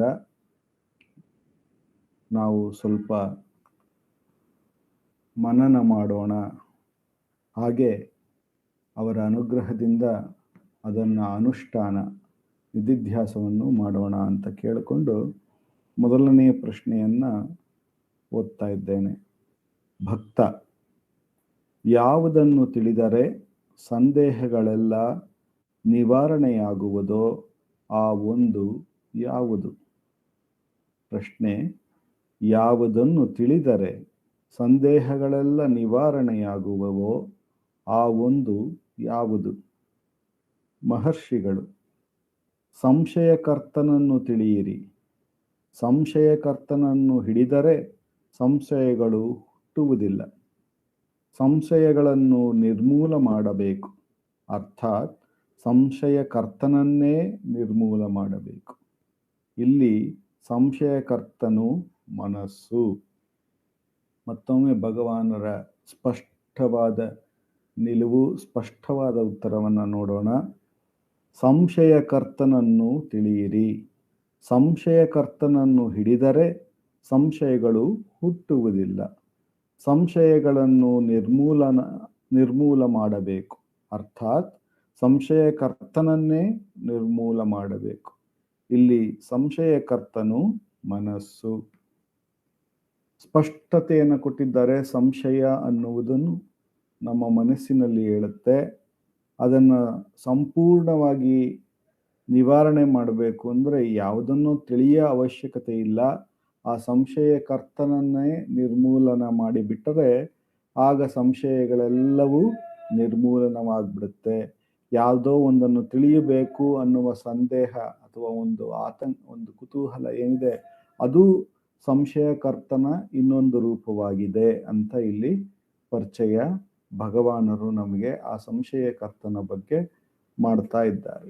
ಸಾಮಾನ್ಯವಾಗಿ ಇದನ್ನು ಓದಿದ ತಕ್ಷಣ ನನಗೆ ಜ್ಞಾಪಕ ಬಂದದ್ದು ಭಗವಾನರು ಕೊಡುವ ಇನ್ನೊಂದು ನಿದರ್ಶನ. ಯಾರು ಕಳ್ಳನೋ ಅವನೇ ಪೊಲೀಸ್ ವೇಷವನ್ನು ಧರಿಸಿ ಕಳ್ಳನನ್ನು ಹುಡುಕ್ತೇನೆ ಅಂತ ಹೋದಾಗೆ ಈ ಮನಸ್ಸೇ ಈ ಪ್ರಶ್ನೆಯನ್ನು ಕೇಳ್ತಾ ಇದೆ. ಯಾವುದನ್ನು ತಿಳಿದರೆ ಸಂದೇಹಗಳು ನಿವಾರಣೆ ಆಗುತ್ತೆ ಅಂತ. ಅಂದ್ರೆ ಅದೇ ಸಂದೇಹಗಳನ್ನು ತಂದು ಹೊಡ್ತಾ ಇರುವಂಥದ್ದಾದ್ರೂ ಅದು ಈಗ ತಾನು ಸಂದೇಹವನ್ನು ತಂದು ಒಡ್ಡುವವನಲ್ಲ. ಏನೋ ಒಂದನ್ನು ಮಾಡಿ ತನ್ನ ಸಂದೇಹಗಳನ್ನೆಲ್ಲ ನೀಗಿಸುವಂತವನು. ಅಂದ್ರೆ ಕಳ್ಳನಾದವನು ಈಗ ಪೊಲೀಸ್ ವೇಷವನ್ನ ಧರಿಸಿ ಕಳ್ಳನನ್ನು ಹುಡುಕ್ತೇನೆ ಅನ್ನೋ ರೀತಿಯಲ್ಲಿ ಹೊರಟಿದ್ದಾನೆ ಅಂತ ಭಗವಾನರು ನಮಗೆ ಈ ರೀತಿಯಾಗಿ ಈ ರೀತಿ ನಮ್ಮಲ್ಲಿ ಮೂಡುವ ಎಲ್ಲ ಪ್ರಶ್ನೆಗಳಿಗೂ ಆ ಕಳ್ಳನೇ ಕಾರಣ ಅಂತ. ಈಗ ನಮಗೆ ಬರುವ ಒಂದು ಸಂದೇಹ ಅದನ್ನು ತಿಳಿದ ಮೇಲೆ ಈಗ ಈ ಮನಸ್ಸೇ ಕಳ್ಳ ಅಂತ ಗೊತ್ತಾಯಿತು, ಅವನೇ ಪೊಲೀಸ್ ವೇಷವನ್ನು ಧರಿಸಿ ಬಂದಿದ್ದಾನೆ ಅಂತ ಗೊತ್ತಾಯಿತು ಅಂತ ಅರ್ಥ ಮಾಡಿಕೊಂಡ್ರೆ ಇದರಿಂದ ನನ್ನ ಸಂದೇಹಗಳು ನಿಂತೋಗತ್ತೆಯೇ ಅನ್ನುವ ಒಂದು ಪ್ರಶ್ನೆ ಬರುತ್ತೆ. ಇಲ್ಲ, ನಾನು ಮನಸ್ಸೇ ಕಳ್ಳ ಅಂತ ಅರ್ಥ ಮಾಡ್ಕೊಂಡ್ರೆ ಅದು ಇನ್ನೊಂದು ತಿಳುವಳಿಕೆ. ಅದು ಯಾರಿಗೆ? ಮತ್ತೆ ಮನಸ್ಸಿನಲ್ಲೇ ಆ ತಿಳುವಳಿಕೆ ಇದೆ ಅಷ್ಟೇ. ಆದ್ದರಿಂದ ಸಂದೇಹಗಳು ನಿವಾರಣೆ ಆಗುವುದಿಲ್ಲ. ಅದರಿಂದ ಎಲ್ಲಿಗೆ ಹೋಗಬೇಕು? ಈ ರೀತಿಯಾದರೆ ಇದಕ್ಕೆ ಆದಿಯಲ್ಲಿ ಅಂತ್ಯವೆಲ್ಲಿ ಅನ್ನುವ ಪ್ರಶ್ನೆ ಬರುವುದು ಸ್ವಾಭಾವಿಕ. ಅದಕ್ಕೆ ಭಗವಾನರು ನಾನು ಯಾರು ಅನ್ನುವ ಪುಸ್ತಕದಲ್ಲಿ 5ನೇ ಮತ್ತು 6ನೇ ಪ್ರಶ್ನೆಯಲ್ಲಿ ಬಹಳ ಸೊಗಸಾಗಿ ಉತ್ತರವನ್ನು ಕೊಟ್ಟಿರ್ತಾರೆ. ಪ್ರಪಂಚವು ಇದ್ದರೂ ಸತ್ಯವೆಂದು ತೋರಿದರೂ ಸ್ವರೂಪ ದರ್ಶನವು ಸಾಧ್ಯವಿಲ್ಲವೇ? ಉತ್ತರ ಸಾಧ್ಯವಿಲ್ಲ ಅಂತ ಹೇಳಿರ್ತಾರೆ ಅಂದ್ರೆ ಪ್ರಪಂಚವು ಇದ್ದರೂ ಅಂದ್ರೆ ಸತ್ಯವೆಂದು ತೋರಿದರೂ ಸ್ವರೂಪ ಅಂದ್ರೆ ಆತ್ಮದರ್ಶನ ಸಾಧ್ಯವಿಲ್ಲವೇ ಅಂದ್ರೆ ಸಾಧ್ಯವಿಲ್ಲ ಅಂತ ಹೇಳಿರ್ತಾರೆ. ಈಗ ನಾವು ಪ್ರಪಂಚ ಅಂತ ತಿಳಿದಾಗ ಸಾಮಾನ್ಯವಾಗಿ ನೋಡುವುದು ಏನಪ್ಪಾ ಅಂದ್ರೆ ಎಲ್ಲ ಈ ದೇಹದಿಂದ ಹೊರಗಿರುವ ಎಲ್ಲ ವಸ್ತುಗಳು ಅಂತ ನಾವು ಸಾಮಾನ್ಯವಾಗಿ ಪ್ರಪಂಚ ಅಂತ ವಿಂಗಡಿಸ್ಬಿಡ್ತೇವೆ. ನಾವು ಈ ದೇಹವು ಈ ಮನಸ್ಸು, ಈ ಬುದ್ಧಿ, ನಾನು ಅಂತ ಆಲೋಚಿಸುವ ಅಹಂಕಾರ ಅಥವಾ ಆಲೋಚನೆಗಳ ಸಮೂಹ ಏನಿದೆ ಅದು ನಾನು ಅನ್ನುವ ಭಾವವನ್ನು ಹೊಂದಿರೋದ್ರಿಂದ ನನ್ನ ಆಲೋಚನೆ ಅನ್ನೋದ್ರಿಂದ ಅದನ್ನ ಅಹಂಕಾರ, ಇದೆಲ್ಲವೂ ಪ್ರಪಂಚ. ಯಾರಿಗೆ? ನನಗೆ. ಯಾಕೆ? ಇವೆಲ್ಲವೂ ಗೋಚರವಾಗ್ತಾ ಇದೆ, ಭಿನ್ನವಾಗಿ ಗೋಚರವಾಗ್ತಿದೆ. ಹೊರಗಿನ ಪ್ರಪಂಚ ಈ ದೇಹಕ್ಕೆ ಎದ್ದ ಮೇಲೆ ಗೋಚರವಾಗ್ತಿದೆ. ಈ ದೇಹಕ್ಕೆ ಏಳುವುದಕ್ಕಿಂತ ಮುಂಚೆ ಮನಸ್ಸಿಗೆ ಎದ್ದರೆ ಈ ದೇಹ ಗೋಚರವಾಗ್ತಿದೆ. ಮನಸ್ಸಿಗೆ ಏಳುವುದಕ್ಕಿಂತ ಮುಂಚೆ ನಾನು ಅನ್ನುವುದು ಎದ್ದಾಗ ಈ ಮನಸ್ಸು ಅನ್ನುವುದು ಗೋಚರವಾಗ್ತಾ ಇದೆ. ಹೀಗೆ ಭಿನ್ನವಾಗಿ ಇವೆಲ್ಲ ವಸ್ತುಗಳೇ, ಇವೆಲ್ಲವೂ ಒಂದೊಂದೇ ಪ್ರಪಂಚ. ಇನ್ನೂ ಸೂಕ್ಷ್ಮವಾಗಿ ನೋಡ್ಬೇಕು ಅಂದ್ರೆ ಮನಸ್ಸಿನ ಪ್ರಪಂಚವೇ ಒಂದು ಪ್ರಪಂಚ, ಹೊರಗಿನ ಪ್ರಪಂಚವೇ ಒಂದು ಪ್ರಪಂಚ, ಅಹಂಕಾರದ ಪ್ರಪಂಚವೇ ಒಂದು ಪ್ರಪಂಚ, ಬುದ್ಧಿಯ ಪ್ರಪಂಚವೇ ಒಂದು ಪ್ರಪಂಚ. ಹಾಗಾಗಿ ಎಲ್ಲವೂ ಪ್ರಪಂಚ. ಇವೆಲ್ಲವೂ ಸತ್ಯ ಅಂತಾನೆ ತೋರ್ತಾ ಇದೆ ಅಲ್ವೇ? ಈ ಪ್ರಶ್ನೆಯನ್ನು ನಾವು ಕೇಳ್ತಾ ಇದ್ದಾಗ ಯಾವುದು ತಿಳಿದರೆ ಸಂದೇಹಗಳೆಲ್ಲ ನಿವಾರಣೆಯಾಗುವುದೋ ಅಂತ ಈ ಪ್ರಶ್ನೆಯನ್ನು ಕೇಳುವವನಿಗೆ ಈ ಪ್ರಶ್ನೆ ಬಹಳ ಸತ್ಯವಾಗಿ ತೋರ್ತಾ ಇದೆ. ಆದ್ದರಿಂದ ಈ ಪ್ರಪಂಚವನ್ನೇ ಸತ್ಯ ಅಂತ ತಿಳಿದಿದ್ದೇವೆ. ಅದಕ್ಕೆ ಇಲ್ಲಿ ಶಿವಪ್ರಕಾಶಂ ಪಿಳ್ಳೆಯವರಿಗೆ ಭಗವಾನರು ಸ್ಪಷ್ಟವಾಗಿ ಉತ್ತರವನ್ನು ಕೊಡ್ತಾರೆ. ಪ್ರಪಂಚವು ಇದ್ದರೆ ಅಂದ್ರೆ ಪ್ರಪಂಚ ಸತ್ಯ ಎಂದು ತಿಳಿದರೆ, ಅಂದ್ರೆ ಅದು ಮನೋಮಯವಾದ ಪ್ರಪಂಚ ಇರುವುದು ಅಥವಾ ಅಹಂಕಾರಮಯವಾದಿರಬಹುದು ಅಥವಾ ವಿಜ್ಞಾನಮಯವಾಗಿರಬಹುದು, ಸ್ಥೂಲವಾದ ಕಾರಣವಾಗಿರಬಹುದು ಅಥವಾ ಬಹಳ ಸ್ಥೂಲವಾದ ಈ ಪ್ರಪಂಚವಾಗಿರ್ಬೋದು. ಇದು ಯಾವುದೇ ಪ್ರಪಂಚವನ್ನು ಇದೆ, ಅದು ಸತ್ಯ ಅಂತ ನಾವು ಅದಕ್ಕೆ ಸತ್ಯತೆಯನ್ನು ಕೊಟ್ಟುಬಿಟ್ರೆ ಆತ್ಮನ ದರ್ಶನ ಆಗುವುದಿಲ್ಲ ಅಂತ ಸ್ಪಷ್ಟವಾಗಿ ಹೇಳ್ಬಿಟ್ಟಿದ್ದಾರೆ. ಆದ್ರೆ ನಾವೇನ್ ಮಾಡ್ತೀವಿ ಅಂತಂದ್ರೆ ಬೇರೆ ಎಲ್ಲ ಈ ದೇಹದಿಂದ ಹೊರಗಿರುವ ಎಲ್ಲ ವಸ್ತುಗಳಿಗೂ ಸತ್ಯತೆಯನ್ನು ಕೊಡದೇ ಇರ್ಬೋದು, ಆದ್ರೆ ಈ ದೇಹ, ಈ ಮನಸ್ಸು, ನಾನು, ಈ ಜೀವಭಾವ ಅನ್ನುವುದಕ್ಕೆಲ್ಲ ಬಹಳ ಸತ್ಯತೆಯನ್ನು ಕೊಟ್ಬಿಟ್ಟಿರ್ತೇವೆ. ಅದು ಸತ್ಯವೆಂದೇ ತಿಳಿದಿರ್ತೇವೆ. ಭಗವಾನ್ರು ಹೇಳ್ತಿರ್ತಾರೆ, ಅದು ಎಲ್ಲಿಯವರೆಗೆ ನಾವು ಆ ರೀತಿ ಸತ್ಯ ಅಂತ ತಿಳಿದಿರ್ತೇವೋ ಅಲ್ಲಿಯವರೆಗೂ ನಮಗೆ ಆತ್ಮನ ದರ್ಶನ ಆಗುವುದಿಲ್ಲ. ಅದಕ್ಕೆ ಇನ್ನೊಂದು ಉದಾಹರಣೆ ಮೂಲಕ ಸ್ಪಷ್ಟತೆಯನ್ನು ಕೊಡ್ತಾರೆ 6ನೇ ಪ್ರಶ್ನೆಯಲ್ಲಿ. ಏಕೆ ಅಂತ ಶಿವಪ್ರಕಾಶಂ ಪಿಳ್ಳೆಯವರು ಭಗವಾನರಿಗೆ ಮತ್ತೊಮ್ಮೆ ಪ್ರಶ್ನೆ ಮಾಡ್ತಾರೆ. ಯಾಕೆ ನಾನು ಈ ದೇಹ, ಮನಸ್ಸು, ಬುದ್ಧಿ, ಈ ಪ್ರಪಂಚ ಇದೆಲ್ಲಕ್ಕೂ ಸತ್ಯತೆಯನ್ನ ಕೊಟ್ರೆ ಯಾಕೆ ಆತ್ಮದ ದರ್ಶನ ಆಗೋದಿಲ್ಲ ಅಂತಂದ್ರೆ ಭಗವಾನರು ಬಹಳ ಚೆನ್ನಾಗಿ ಸೊಗಸಾಗಿ ಉತ್ತರವನ್ನು ಕೊಡ್ತಾರೆ. ಗಮನಿಸ್ಬೇಕು. ಉತ್ತರ ನೋಡುವವನು ದೃಕ್ ಮತ್ತು ನೋಡಲ್ಪಡುತ್ತಿರುವುದು ದೃಶ್ಯ, ಇವೆರಡು ಹಗ್ಗ ಮತ್ತು ಹಾವಿನ ದೃಷ್ಟಾಂತದಂತೆ ಇರುತ್ತದೆ. ಹಗ್ಗದಲ್ಲಿ ಕಲ್ಪಿತವಾದ ಹಾವಿನ ಜ್ಞಾನವು ಅಂದರೆ ಅಜ್ಞಾನವು ಹೋದ ಹೊರತು ಅದಕ್ಕೆ ಆಶ್ರಯವಾದ ಹಗ್ಗದ ಜ್ಞಾನವು ಆಗದಿರುವಂತೆ ಕಲ್ಪಿತವಾದ ಜಗದ್ದೃಷ್ಟಿಯು ಹೋದ ಹೊರತು ಅದಕ್ಕೆ ಆಶ್ರಯವಾದ ಸ್ವರೂಪ ದರ್ಶನವು ಸಾಧ್ಯವಾಗದು. ನೋಡಿ, ಇಲ್ಲಿ ಏನಾಗಿದೆ ಅಂದ್ರೆ ಇರುವುದು ಕೇವಲ ಆತ್ಮವಸ್ತು ಅಷ್ಟೇ, ಅದೇ ಅಧಿಷ್ಠಾನ, ಆದರೆ ಅದೇ ಎಲ್ಲವೂ ಆಗಿದೆ. ನಾವು ಅದನ್ನ ಆ ರೀತಿಯಾಗಿ ನೋಡದೆ ಅದರ ಮೇಲೆ ಒಂದು ಕಲ್ಪಿತವಾದ ಶರೀರ, ಅದರ ಮೇಲೆ ಕಲ್ಪಿತವಾದ ಒಂದು ಪ್ರಪಂಚ, ಅದರ ಮೇಲೆ ಕಲ್ಪಿತವಾದ ಒಂದು ಮನಸ್ಸು, ಅದರ ಮೇಲೆ ಕಲ್ಪಿತವಾದ ಒಂದು ಇದೆ ಇದೆ ಇದೆ ಅಂತ ನೋಡಿದಾಗ ನಮಗೆ ಇವೆಲ್ಲ ಸತ್ಯ ಅಂತ ತೋರಿದಾಗ ಅದನ್ನ ನಿಜ ಅಂತ ನಾನು ಕಲ್ಪಿತವಾದ ಹಾವನ್ನೇ ಗಮನಿಸ್ತಾ ಇದ್ದಾಗ ನನಗೆ ಹಗ್ಗ ಕಾಣೋದೇ ಇಲ್ಲ. ಇದು ಹೇಗೆ ನಾನು ಅದನ್ನ ಸೂಕ್ಷ್ಮವಾಗಿ ನೋಡ್ಬೋದು ಅಂದ್ರೆ, ನಿದ್ದೆಯಲ್ಲಿ ಇದು ಯಾವ ಕಲ್ಪಿತ ವಸ್ತುವೂ ಇಲ್ಲ, ಪ್ರಪಂಚವೂ ಇಲ್ಲ, ನೋಡ್ತಾ ಇರುವ ಕಾರ್ಯವೂ ಇಲ್ಲ, ಅಂದ್ರೆ ಅಲ್ಲಿ ಹಾವು ಇಲ್ಲ, ಹಾವನ್ನು ನೋಡುವ ಒಂದು ಪ್ರಕ್ರಿಯೆಯೂ ಇಲ್ಲ. ಆಗ ನಮ್ಗೆ ಯಾವುದೇ ಆದ ಗೊಂದಲವಿಲ್ಲ, ಯಾವುದೇ ಆದ ದುಗುಡ ಇಲ್ಲ. ಈ ಸಂಶಯವನ್ನು ಹೇಗೆ ದಾಟೋದು, ಈ ರೀತಿ ಯಾವ ಪ್ರಶ್ನೆಯೂ ಅಲ್ಲಿ ಇಲ್ಲ. ಅಲ್ಲಿ ಶಾಂತಿಯಾಗೇ ಇದೆ. ನರ್ಚೂರಣ್ಣ ಅವರು ಹೇಳ್ತಾ ಇರ್ತಾರೆ, ಎಲ್ಲದರಲ್ಲೂ ಬೇಜಾರಾಗಿರ್ಬೋದು. ಕನಸಿನ ಬಗ್ಗೆ ನಾವು ಬೇಜಾರು ಮಾಡ್ಕೋಬೋದು, ಇಂಥ ಕೆಟ್ಟ ಕನಸು ಬಿತ್ತು ಅಥವಾ ಇದೇನೋ ಕನಸು ಬಿತ್ತು ಅಂತ. ಎಚ್ಚರದ ಬಗ್ಗೆ ಅಂತೂ ಹೇಳಲೇಬೇಕಾಗಿಲ್ಲ, ಬೆಳಗ್ಗೆಯಿಂದ ಸಂಜೆವರೆಗೂ ಸಾವಿರಾರು ಸಲ ಬೇಜಾರು ಮಾಡ್ಕೋಬೋದು. ಆದರೆ ನಿದ್ದೆಯ ಬಗ್ಗೆ ನಮಗೆ ಯಾರಿಗೂ ಬೇಜಾರಿಲ್ಲ. ನಿದ್ದೆ ಸೊಗಸಾಗಾದಷ್ಟು ನಮಗೆ ತುಂಬಾ ಆನಂದವಾಗಿದೆ ಅಂತ. ಹಾಗೆ ಅದನ್ನೇ ಭಗವಾನರು ಏನ್ ಹೇಳ್ತಾರೆ ಅಂತಾರೆ, ಎಚ್ಚರದಲ್ಲೂ ನಿದ್ದೆಯಂತೆ ಇದ್ದು ಬಿಡು. ಅಂದ್ರೆ ಈ ಪ್ರಪಂಚವೆಲ್ಲ ತೋರ್ತಾ ಇದ್ದರು, ಅದು ಮನಸ್ಸಿನ ರೂಪದಲ್ಲಿ ತೋರ್ತಾ ಇದ್ರು, ಬುದ್ಧಿಯ ರೂಪದಲ್ಲಿ ತೋರಿಸ್ತಾ ಇದ್ರು, ನಾನು ಅನ್ನುವ ರೂಪದಲ್ಲಿ ತೋರ್ತಾ ಇದ್ರು, ಅಥವಾ ಸ್ಥೂಲವಾಗಿ ತೋರ್ತಾ ಇದ್ರು, ಅದು ಯಾವುದು ಸತ್ಯವಲ್ಲ. ಹೇಗೆ ನಿದ್ದೆಯಲ್ಲಿ ಅದನ್ನು ಯಾವುದನ್ನ ಗಮನಿಸದೇ ಇದ್ದೆಯೋ, ಶುದ್ಧ ಅರಿವಾಗಿ ಯಾವುದು ಇಲ್ಲ ಅನ್ನೋದನ್ನು ನೋಡಿದೆಯೋ, ಅದೇ ರೀತಿ ಈಗಲೂ ಎಚ್ಚರದಲ್ಲೂ ಇದೆಲ್ಲ ತೋರುತ್ತಿದ್ದರೂ ಅದು ಯಾವುದು ಸತ್ಯವಲ್ಲ.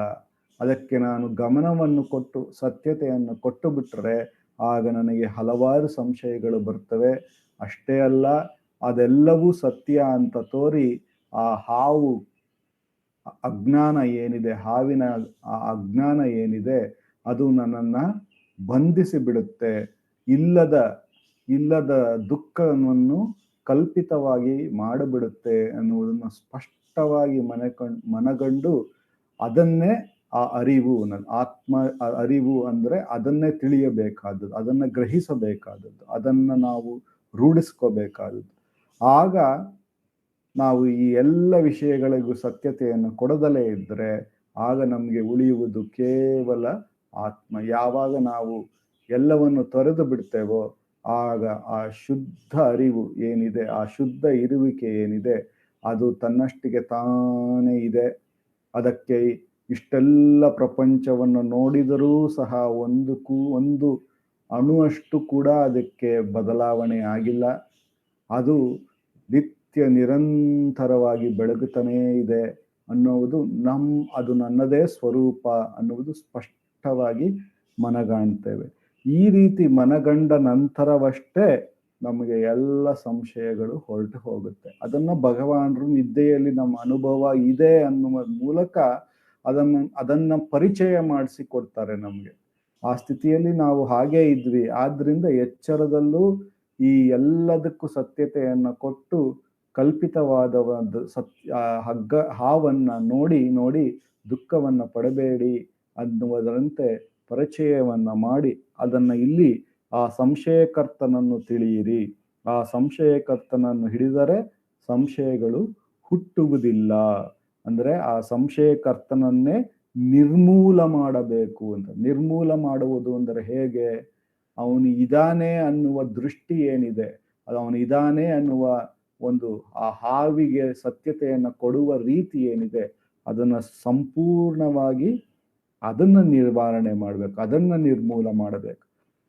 ಆಗ ಆ ಸಂಶಯಕರ್ತನೂ ನಿರ್ಮೂಲವಾಗಿ ಅಲ್ಲಿ ಮನಸ್ಸು ಆತ್ಮನಲ್ಲಿ ಯಾವುದು ಸದಾ ಬೆಳಗುತ್ತಾ ಇದೆಯೋ ಅಶುದ್ಧ ಅರಿವು, ಅಶುದ್ಧ ಇರುವಿಕೆಯಲ್ಲಿ ತನ್ನ ಇರುವಿಕೆಯನ್ನು ಅದರಲ್ಲಿ ಒಂದಾಗಿ ಅದೇ ನಿಜವಾದ ಒಂದು ಸತ್ಯವಸ್ತು ಒಂದೇ ಇದೆ ಅನ್ನುವುದನ್ನು ಮನಗಾಣುತ್ತೆ.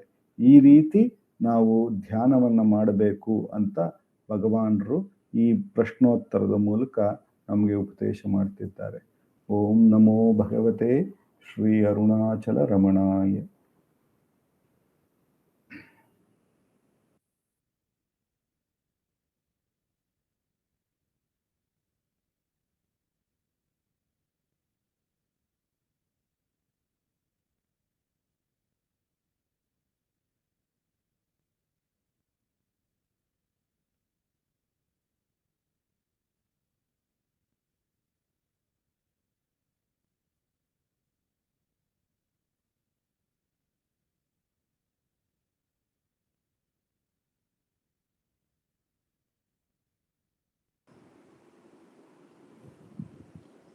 ನಮೋ ರಮಣ. ಎಲ್ಲರಲ್ಲೂ ಆತ್ಮಸ್ವರೂಪನಾಗಿ ಹೊಳೆಯುತ್ತಿರುವ ರಮಣನಿಗೆ ಮತ್ತೊಮ್ಮೆ ಅನಂತ ಕೋಟಿ ನಮಸ್ಕಾರಗಳನ್ನು ಸಲ್ಲಿಸುತ್ತಾ ಅವನ 108ನೇ ನಾಮಗಳ ಬಗ್ಗೆ ಧ್ಯಾನವನ್ನು ಮುಂದುವರಿಸೋಣ. ರಮಣ ಅಷ್ಟೋತ್ತರ ಶತನಾಮಾವಳಿ ಎಂದು ವಿಶ್ವನಾಥ ಸ್ವಾಮಿಯವರು ರಚಿಸಿರುವ ನಾಮಗಳು ಇವು. ಇದರಲ್ಲಿ ನಾವು ಸಹಾಯಾಂಬ ಸಹಾಯವತೆ ನಮಃ ಅಂತ ನೋಡಿದ್ವಿ. ಆ ಸಹಾಯಾಂಬಳ ಹಿಂದೆ ಪುಟ್ಟ ರಮಣ ಹೇಗೆ ಹೋಗಿ ಬಚ್ಚಿಟ್ಕೊಂಡ್ರು, ಆ ಬಚ್ಚಿಟ್ಕೊಂಡ ರಮಣ ನಮಗೆಲ್ಲರೂ ಕೂಡ ಆ ಸಹಾಯಾಂಬಳ ಸಹಾಯವನ್ನು ತಗೋಬಹುದು ಅಂತ ದಾರಿಯನ್ನು ತೋರಿಸ್ಕೊಟ್ಟ ಅಂತ ಆ ಘಟನೆಯನ್ನು ನಾವು ನೋಡಿದ್ವಿ. ಮತ್ತೆ ಅದರಿಂದ ನಮ್ಮ ಕಲಿಕೆ ನಮಗೆ ಬಂದಿರೋದು ಏನಂದ್ರೆ, ಆ ಸಹಾಯಾಂಬಳೆ ಮಾತೆಯೇ ನಮಗೆ ಆತ್ಮದ ಶಕ್ತಿಯ ಕಡೆ ದಾರಿಯನ್ನು ಮಾಡಿಕೊಡ್ತಾಳೆ. ಆತ್ಮವನ್ನು ನಮಗೆ ಸ್ಪಷ್ಟವಾಗಿ ಗುರುತಿಸಿ ತೋರಿಕೊಡ್ತಾಳೆ ಅಂತ ನಮಗೆ ಅರ್ಥವಾಯಿತು. ಯಾಕಂದರೆ ಆ ಮರುನಾಮ ಏನು ಬರುತ್ತೆ ಅಂದರೆ ಶೋಣಾಚಲ ಮಹೋಲೀನ ಮಾನಸಾಯ ನಮಃ ಅಂತ. ಸಹಾಯಾಂಬಳ ಸಹಾಯದಿಂದಲೇ ಅರುಣಾಚಲದಲ್ಲಿ ನಮ್ಮ ಮನಸ್ಸು ಲೀನವಾಗಬೇಕು. ಆದರೆ ಭಗವಾನರ ಜೀವನದ ಕಥೆಯನ್ನು ನಾವು ನೋಡಿದ್ರೆ ಮೊದಲು ಯಾರಿಗೂ ತಿಳಿದಿರಲಿಲ್ಲ. ಭಗವಾನರು ಅರುಣಾಚಲೇಶ್ವರನನ್ನೇ ನೆನೆಸ್ಕೊಳ್ತಾ ಇದ್ರು. ಸದಾ ಅರುಣಾಚಲನಲ್ಲೇ ಅವರ ಮನಸ್ಸು ಲೀನವಾಗಿತ್ತು ಅನ್ನೋದು ಯಾರಿಗೂ ತಿಳಿದಿರಲಿಲ್ಲ. ನಾವು ಮೊದಲು ಕೆಲವೊಂದು ಭಗವಾನರ ಜೀವನ ಚರಿತ್ರೆಗಳನ್ನೆಲ್ಲ ಓದಿದ್ರೆ ಅದರ ಬಗ್ಗೆ ಯಾವ ಪ್ರಕಾರದ ಒಂದು ಗುರುತು ಸಿಗುವುದಿಲ್ಲ ನಮಗೆ. ಅದರ ಬಗ್ಗೆ ಅವ್ರು ಬರ್ದಿರಲ್ಲ. ಆದರೆ ಆಮೇಲೆ ಭಗವಾನರ ಚರಿತ್ರೆಯನ್ನು ಬರೆಯಕ್ಕೆ ಶುರು ಮಾಡಿದವರಲ್ಲ, ಭಗವಾನರ ಗೀತೆಯನ್ನೇ ನೋಡಿ ಈ ಒಂದು ದೊಡ್ಡ ಮಹತ್ತರವಾದ ವಿಷಯವನ್ನು ಕಂಡುಹಿಡಿದರು. ಭಗವಾನರು ರಮಣ ಅಷ್ಟಕಂ ಅಲ್ಲಿ ಬರೆದಿದ್ದಾರೆ. ಅವರು ಅದರ ಕನ್ನಡ ಅನುವಾದವನ್ನು ಕೂಡ ಡಾಕ್ಟರ್ ಲಕ್ಷ್ಮೀನಾರಾಯಣ ಭಟ್ರವರು ಮಾಡಿದ್ದಾರೆ. ಬಾಲ್ಯದಿಂದಲೇ ನನ್ನ ಮನಸ್ಸಿನೊಳಗೆ ಹೊಳೆಯುತ್ತಲೇ ಇತ್ತೆನ್ನ ಪ್ರಜ್ಞೆಯೊಳಗೆ, ಅರುಣಗಿರಿ ಎಂದು ಅದ ತಿಳಿದ ಮೇಲೂ ಅದರ ಮಹಿಮೆಯ ಮಾತ್ರ ತಿಳಿಯದಾದೆ, ಅರುಣಗಿರಿ ನಿಂತಿಹುದು ಜಡದ ರೀತಿ ತಿಳಿಯರಾರು ಅದರ ಕಾರ್ಯನೀತಿ. ಭಗವಾನರು ಹೇಳ್ತಾರೆ, ಅದು ಬಾಲ್ಯದಿಂದಲೇ ನನ್ನ ಮನಸ್ಸಿನೊಳಗೆ ಹೊಳೆಯಿತು ಅಂತ. ಆದರೆ ತಮಿಳಿನಲ್ಲಿ ಭಗವಾನರು ಹೇಳ್ತಾರೆ, ಅರಿವರು ಸಿರಿವಯದದು ಮೊದಲ್ ಅಂತ ಹೇಳ್ತಾರೆ. ಚಿಕ್ಕ ವಯಸ್ಸಿನಿಂದ, ಬಾಲ್ಯ ಕೂಡ ಇಲ್ಲ, ನಾನು ಶಿಶುವಾಗಿದ್ದಾಗ ಇರಬಹುದಾ, ಇಲ್ಲ, ನನ್ನಲ್ಲಿ ಅರಿವು ಮೂಡೋದಕ್ಕೆ ಮೊದಲೇ ಅಂತ ಹೇಳ್ತಾರೆ. ಎಂತಹ ಬಾಲ್ಯ? ಅರಿವು ಎನ್ನುವುದು ನನ್ನಲ್ಲಿ ಮೂಡುವುದಕ್ಕೆ ಮೊದಲೇ. ಅರಿವು ಯಾವಾಗ ಮೂಡುತ್ತೆ ನಮ್ಮಲ್ಲಿ? ಇವತ್ತು ನಂದಕುಮಾರ್ ಅವರು ಪ್ರಹ್ಲಾದನ ಒಂದು ಉದಾಹರಣೆಯನ್ನು ಕೊಡ್ತಾ ಇದ್ರು. ಆ ಪ್ರಹ್ಲಾದ ಯಾವಾಗ ನಾರಾಯಣ ಸ್ಮರಣೆಯನ್ನು ಮಾಡ್ಲಿಕ್ಕೆ ಶುರು ಮಾಡಿದ್ದ? ಅವನು ಗರ್ಭದಲ್ಲಿದ್ದಾಗಲೇ ಶುರು ಮಾಡಿದ್ದ, ತಾಯಿಯ ಗರ್ಭದಲ್ಲಿದ್ದಾಗ ಶುರು ಮಾಡಿದ್ದ. ಯಾಕಂದ್ರೆ ಆವಾಗಲೇ ನಾರದ ಮುನಿಗಳು ಹೇಳಿದ್ದ, ಅವನ ತಾಯಿಗೆ ಹೇಳಿರುವ ಒಂದು ಆ ನಾಮದ ಮಹಿಮೆ ಅವನೊಳಗೆ ಅದು ಒಂಥರ ಒಳಗೆ ಹೋಗಿ ನಿಂತು ಬಿಟ್ಟಿತ್ತು ಪ್ರಹ್ಲಾದನ ಒಳಗೆ. ಆದ್ದರಿಂದ ಹಿರಣ್ಯಕಶ್ಯಪು ಏನೇ ಪ್ರಯತ್ನ ಮಾಡಿದ್ರು ಕೂಡ ಅದರಲ್ಲಿ ಯಾವ ಬದಲಾವಣೆಯೂ ಆಗಿಲ್ಲ. ಆ ಪುಟ್ಟ ಮಗು ಯಾವಾಗ ಅದಕ್ಕೆ ಏನೂ ಗೊತ್ತಿಲ್ಲವೋ, ಅದು ಯಾವ ಸಮಯದಲ್ಲಿ? ಅದು ಗರ್ಭವಾಸದಲ್ಲಿ ಕೂಡ ಗೊತ್ತಿತ್ತು, ಪ್ರಜ್ಞೆ ಇತ್ತು ಪ್ರಹ್ಲಾದನಿಗೆ. ಅದರಿಂದಲೇ ತಾನೇ ಅವನು ಆ ನಾರಾಯಣ ನಾಮವನ್ನು ನಾರದರಿಂದ ಮಂತ್ರವಾಗಿ ಪಡೆಯುವಂತ ಶಕ್ತಿ ಇತ್ತು. ಯಾವಾಗೆ? ಆ ಗರ್ಭದಲ್ಲಿ ಇದ್ದ ಆ ಕೂಸಿಗೆ ಆ ಶಕ್ತಿ ಇತ್ತು. ಅವಾಗ ಅರಿವು ಅವಾಗಲೇ ಇತ್ತು ಅಂತ ಅರ್ಥ ಆಯ್ತು.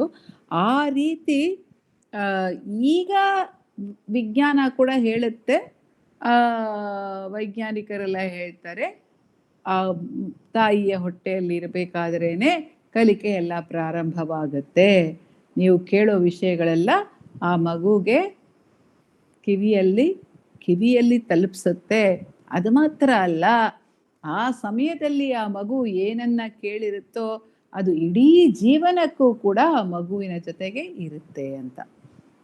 ಆದರೆ ಪ್ರಹ್ಲಾದನಿಗೆ ಅವರ ತಾಯಿಗೆ ಮಂತ್ರೋಪದೇಶ ನಾರದ ಮುನಿ ಮಾಡಿದಾಗ ಆ ನಾರಾಯಣ ನಾಮದ ಮಹಿಮೆ ಪ್ರಹ್ಲಾದನಿಗೆ, ಗರ್ಭದಲ್ಲಿ ಇದ್ದ ಪ್ರಹ್ಲಾದನಿಗೆ ಗೊತ್ತಾಯಿತು. ಆದರೆ ಅಳಗಮ್ಮಾಳಿಗೆ ಯಾರು ಆ ರೀತಿಯ ಮಂತ್ರೋಪದೇಶ ಭಗವಾನರು ತಾಯಿಯ ಗರ್ಭದಲ್ಲಿ ಇದ್ದಾಗ ಮಾಡಿರಲಿಲ್ಲ. ಅದಕ್ಕಿಂತ ಮೊದಲೇ ಕೂಡ ಅವರು ಅರುಣಾಚಲದ ಸ್ಮರಣೆ, ಅರುಣಾಚಲದಲ್ಲಿ ಮಹೋಲೀನ ಮಾನಸಾಯ ನಮಃ ಅಂತ ಹೇಳ್ತಾರೆ. ಯಾಕಂದ್ರೆ ಅವ್ರ ಮನಸ್ಸು ಅರುಣಾಚಲನ ಜೊತೆಗೆ ಎಷ್ಟು ಐಕ್ಯ ಭಾವದಲ್ಲಿತ್ತು ಅಂತ ಹೇಳಿದ್ರೆ, ಹೊರಗಿನಿಂದ ಆ ನಾಮವನ್ನು ಕೇಳುವ ಅವಶ್ಯಕತೆ ಕೂಡ ಇರಲಿಲ್ಲ. ಆ ನಾಮವನ್ನು ಕೇಳದೆಯೇ ಅವರ ಒಳಗೆ ಅದು ಹೇಗೆ ನಮ್ಮಲ್ಲಿ ಉಸಿರಾಟ ಸಹಜವಾಗಿರುತ್ತೋ ಅದೇ ರೀತಿ ಅವರಲ್ಲಿ ಅರುಣಾಚಲದ ಸ್ಫುರಣ, ನಾಮ ಸ್ಫುರಣ ಹಾಗೂ ಅರುಣಾಚಲದ ಒಂದು ಹಿರಿಮೆ ಅವರಲ್ಲಿ ಸದಾ ಸರ್ವಕಾಲ ಇರುತ್ತಿತ್ತು. ಅದಕ್ಕೆ ಭಗವಾನರು ಹೇಳ್ತಾರೆ, ನಾನು ಯಾರ ಹತ್ರನೂ ಅದರ ಬಗ್ಗೆ ಮಾತಾಡಲಿಲ್ಲ, ಅದರ ಬಗ್ಗೆ ಕೇಳಬೇಕು ಅಂತನೂ ಅಂದ್ಕೊಂಡಿಲ್ಲ. ಯಾಕಂದ್ರೆ ನಾನು ಅಂದ್ಕೊಂಡಿದ್ದೇನು, ಎಲ್ಲರಿಗೂ ಇದು ಸಹಜವಾಗಿರುತ್ತೆ ಅಂತ ಅಂದ್ಕೊಂಡ್ಬಿಟ್ಟಿದ್ದೆ ಅಂತಾರೆ. ದಿಲೀಪ್ ಅವರು ನೊಚೂರ್ ವೆಂಕಟರಾಮನ್ ಅವರ ಬಗ್ಗೆ ಹೇಳ್ತಾ ಇದ್ರು. ಅವರು ಸ್ವಾಮಿ ವಿವೇಕಾನಂದರ ಬಗ್ಗೆ ಒಂದು ಘಟನೆಯನ್ನು ಹೇಳ್ತಾರೆ. ಶ್ರೀರಾಮಕೃಷ್ಣ ಪರಮಹಂಸ ಒಮ್ಮೆ ವಿವೇಕಾನಂದರನ್ನ ಕೇಳಿದ್ರಂತೆ, ನರೇಂದ್ರ, ನೀನು ನಿದ್ದೆ ಹೇಗೆ ಮಾಡ್ತೀಯಾ? ನಿದ್ದೆ ಮಾಡಿದಾಗ ಏನ್ ಮಾಡ್ತೀಯಾ? ಮೊದಲು ನಿದ್ದೆ ಹೋಗ್ಬೇಕಾದ್ರೆ, ನಿದ್ದೆ ಒಳಗೆ ಹೋಗ್ಬೇಕಾದ್ರೆ ಏನ್ ಮಾಡ್ತೀಯಾ? ಯಾಕೆ ಗುರು ಮಹಾರಾಜು, ಎಲ್ಲರೂ ಮಾಡೋದೇ ನಾನು ಮಾಡ್ತೀನಿ, ಇದರಲ್ಲಿ ಏನ್ ವ್ಯತ್ಯಾಸ ಇರಕ್ಕೆ ಸಾಧ್ಯ ಇದೆ? ನೀನು ಹೇಳು ನನಗೆ, ನೀನು ಹೇಳು ಏನ್ ಮಾಡ್ತೀಯಾ ಅಂತ. ನಾನು ಏನಂದ್ರೆ ಒಂದು ದೊಡ್ಡ ಹಿರಿಯ ಬೆಳಕನ್ನು ನೋಡ್ತೀನಿ, ಅಪಾರವಾದ ಒಂದು ಬೆಳಕನ್ನು ನೋಡ್ತೀನಿ, ನಾನು ಅದರೊಳಗೆ ಲೀನವಾಗಿಬಿಡ್ತೀನಿ, ಅದೇ ನಾನು ನಿದ್ದೆ ಮಾಡೋದು ಅಂತ ಹೇಳ್ತಾರೆ. ಬೆಳಕಿನೊಳಗೆ ಲೀನವಾಗುವುದು ನಿದ್ದೆ ಅಂತ ಅವ್ರು ಹೇಳ್ತಾ ಇದ್ರು. ನಾವೇನು ಹೇಳ್ತೀವಿ, ಕತ್ತಲೆ ಒಳಗೆ ಮುಳುಗುವುದು ನಿದ್ದೆ ಅಂತೀವಿ. ನಮ್ಗೇನು ಗೊತ್ತಿಲ್ಲ ಅನ್ನೋ ಸ್ಥಿತಿಗೆ ಹೋಗೋದು ನಿದ್ದೆ ಅಂತೀವಿ.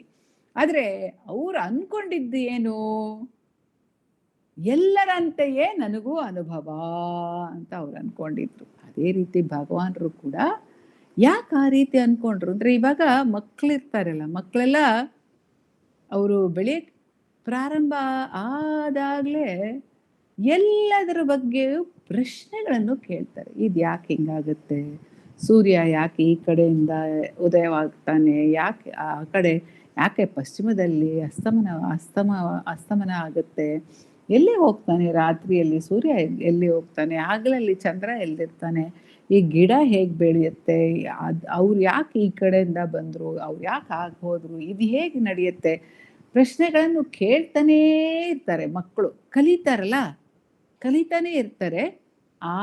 ಆದರೆ ಅವರು ಯಾವತ್ತೂ ಯಾವ ಮಗುನು ಈ ಉಸಿರಾಟ ಹೇಗೆ ನಡೆಯುತ್ತೆ, ಉಸಿರಾಟ ಯಾಕಾಗತ್ತೆ ಅಂತ ಕೇಳ್ದಂಗೆ ನನಗೆ ನೆನಪಿಲ್ಲ, ಅಥವಾ ನನ್ನ ಅನುಭವದಲ್ಲಿ ಅದು ಬಂದಿಲ್ಲ. ಯಾಕಂದ್ರೆ ಅದು ತುಂಬ ಸರಳವಾಗಿರುವ ಮಾತುಗಳನ್ನ, ಅನುಭವಗಳನ್ನ ಯಾರ ಹತ್ರನೂ ಅದರ ಬಗ್ಗೆ ಕೇಳಕ್ಕೆ ಹೋಗೋದಿಲ್ಲ.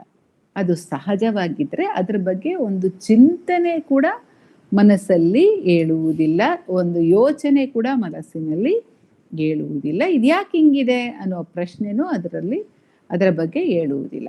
ಆ ರೀತಿ ಭಗವಾನರಿಗೆ ಆ ರೂಪ ಎನ್ನುವುದನ್ನ ಅವರು ತಾಯಿದ ಕೂಡಲೇ ಅವರಿಗೆ ಅರುಣಾಚಲ ಸ್ಫುರಣ ಅವ್ರಿಗೆ ಸಹಜವಾಗಿ ಇತ್ತು. ಯಾಕಂದ್ರೆ ಅವರೇ ಅರುಣಾಚಲೇಶ್ವರರಾಗಿರೋದ್ರಿಂದ ತನ್ನ ಸ್ವಭಾವದ ಅರಿವು ಅವ್ರಿಗೆ ಆ ರೀತಿಯಲ್ಲಿ ಹೊಳೆಯುತ್ತಿತ್ತು ಅಂತಾನೂ ನಾವು ಹೇಳಬಹುದು. ಆ ಅರಿವು ಮಹೋಲೀನ ಮಾನಸಾಯ ನಮಃ, ಅದೊಂದು ವರ್ಣನೆಗೆ ಸಿಲುಕದಂತ ಒಂದು ಅನುಭವ. ಅದು ಹೀಗೆ ಹಾಗೆ ಅಂತ ಹೇಳಲಿಕ್ಕೆ ಆಗದಂಥ ಅನುಭವ. ಅದಕ್ಕೆ ವಿಶ್ವನಾಥ ಸ್ವಾಮಿಗಳು ಲೀನ ಮಾನಸ ಅಂದ್ರೆ ಏನಾಗುತ್ತೆ, ಮನಸ್ಸು ಒಂದರೊಳಗೆ ಮುಳುಗಿದಾಗ ಲೀನ ಮಾನಸ ಅಂತ ಹೇಳ್ಬೋದು. ಅದನ್ನ ಮಹೋಲೀನ ಮಾನಸ ಅಂತ ಹೇಳ್ತಾರೆ. ಎಷ್ಟರ ಮಟ್ಟಿಗೆ ಅದು ತಲ್ಲೀನವಾಗಿರುತ್ತೆ ಅಂದ್ರೆ ಆ ಅನುಭವವೇ ಅವರ ಜೀವನದ ಆಧಾರವಾಗಿತ್ತು. ಬೇರೆ ಏನೇನೇ ನಡೀತಾ ಇತ್ತು ಜೀವನದಲ್ಲಿ, ಎಲ್ಲದಕ್ಕೂ ಆಧಾರವಾಗಿರೋದು ಅರುಣಾಚಲ ಸ್ಫುರಣ. ಅರುಣಾಚಲನ ಹಿರಿಮೆ, ನಡೆಯುವುದೆಲ್ಲ ಅರುಣಾಚಲನ ಹಿರಿಮೆಯಿಂದಲೇ ನಡೀತಾ ಇರುವುದು ಅನ್ನೋ ಒಂದು ಸ್ವಾಭಾವಿಕವಾದ ಅರಿವು ಅದು ಆ ಪುಟ್ಟ ರಮಣನಿಗೆ ಇತ್ತು. ಅದು ಸತತವಾಗಿ ಇತ್ತು, ಸರಳವಾಗಿ ಇತ್ತು ಅಂತ ಈ ನಾಮದಲ್ಲಿ ನಮಗೆ ಹೇಳ್ಕೊಡ್ತಾ ಇದ್ದಾರೆ ವಿಶ್ವನಾಥ ಸ್ವಾಮಿಯವರು. ಅದೇ ರೀತಿ ನಮ್ಮಲ್ಲೂ ಆ ಆತ್ಮದ ಹಿರಿಮೆಯ ಅರಿವು ಇರುತ್ತೆ. ಅದರಲ್ಲೂ ನಾವು ಲೀನರಾಗೇ ಇರುತ್ತೇವೆ. ಆದರೆ ಲೀನರಾಗಿದ್ದೀವಿ ಆ ಮಹತ್ತರವಾದ ಅರಿವಿನ ಕಾರಣದಿಂದಲೇ ನಮ್ಮ ಜೀವನದಲ್ಲಿ ಮತ್ತೆಲ್ಲವೂ ಕೂಡ ನಡೀತಾ ಇದೆ ಅನ್ನೋದನ್ನ ನಾವು ಗಮನಿಸೋದಿಲ್ಲ. ಅದರ ಕಡೆ ನಮ್ಮ ಗಮನವನ್ನು ಸೆಳೆಯೋದಕ್ಕೋಸ್ಕರ ಭಗವಾನರು ಈ ರೀತಿ ತನ್ನ ಜೀವನದ ಆಧಾರದ ಬಗ್ಗೆ ಸದಾ ಸರ್ವಕಾಲ ಗಮನವನ್ನು ನೀಗಿಸದೆ ಅದರ ಮೇಲೆ ಸರಳವಾಗಿ ಇಡ್ತಾ ಇರೋದಕ್ಕೆ ಕಾರಣ ನಾವು ಕೂಡ ಆ ಆತ್ಮದ ಕಡೆ ಅದೇ ರೀತಿಯ ಸರಳ ಚಿಂತನೆಯನ್ನು ಮಾಡಬೇಕು ಅನ್ನೋದನ್ನು ನಮಗೆ ದಾರಿದೀಪವಾಗಿ ತೋರಿಸ್ಕೊಡೋದಕ್ಕಾಗಿ. ಓಂ ನಮೋ ಭಗವತೆ ಶ್ರೀರಮಣಾಯ. ಈಗ ಅಕ್ಷರ ವರ್ಣಮಾಲೆಯ ಸಾಲುಗಳು ರೇವತಿ ಶಂಕರ್ ಹಾಗೂ ಸಪ್ನ ಗಣೇಶ್ ಅವರಿಂದ. ಒಂದು ನಿಮಿಷದಲ್ಲಿ.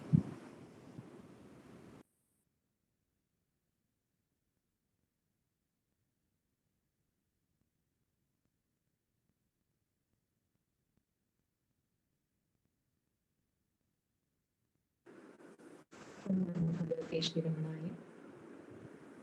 ಅರುಣಾಚಲ ಶಿವ ಅರುಣಾಚಲ ಶಿವ ಅರುಣಾಚಲ ಶಿವ ಅರುಣಾಚಲ ಅರುಣಾಚಲ ಶಿವ ಅರುಣಾಚಲ ಶಿವ ಅರುಣಾಚಲ ಶಿವ ಅರುಣಾಚಲ. ಮನದಲ್ಲಿ ನಿನ್ನನು ನೆನೆವರ ಹಮ್ಮನು ಪರಿಹರಿಸುವೆ ನೀ ಅರುಣಾಚಲ. ಅಳಗು ಸುಂದರರ ತರದಲ್ಲಿ ನಾವು ಬೆರೆಯಬಲ್ಲವೇ ಅರುಣಾಚಲ. ಮನೆಯಿಂದೆನ್ನನು ಒಯ್ದು ನಿನ್ನ ಎದೆ ಮನೆಯೊಳಿಟ್ಟೆ ಸೆರೆ ಅರುಣಾಚಲ. ಒಲಿಸಿದ ನನ್ನನು ತೊರೆದರೆ ನಿನ್ನನು ತೆಗಳದೆ ಲೋಕ ಅರುಣಾಚಲ. ನಿನ್ನ ನೆನೆವೊಲು ಮಾಡಿದೆ ಬಿಡೆನ ಇನ್ನು ಮುಂದೆಂದು ಅರುಣಾಚಲ. ತಾಯಿಗಿಂತ ನೀ ಕರುಣಿ ನನಗಷ್ಟೇ ನ್ಯಾಯ ನೀಡದಿಹೆ ಅರುಣಾಚಲ. ನಿನ್ನ ನಗಲಿ ಮನ ಅಲೆಯದ ತೆರದಲ್ಲಿ ನಿಲ್ಲು ಚಿತ್ತದಲ್ಲಿ ಅರುಣಾಚಲ.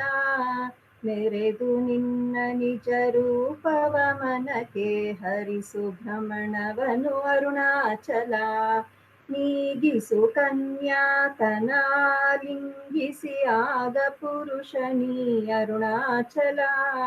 ಅಪರಿಚಿತರು ಎಳೆದೊಯ್ವರು ನನ್ನನು ಕಪಟ ನಿದ್ದೆ ಬಿಡು ಅರುಣಾಚಲ.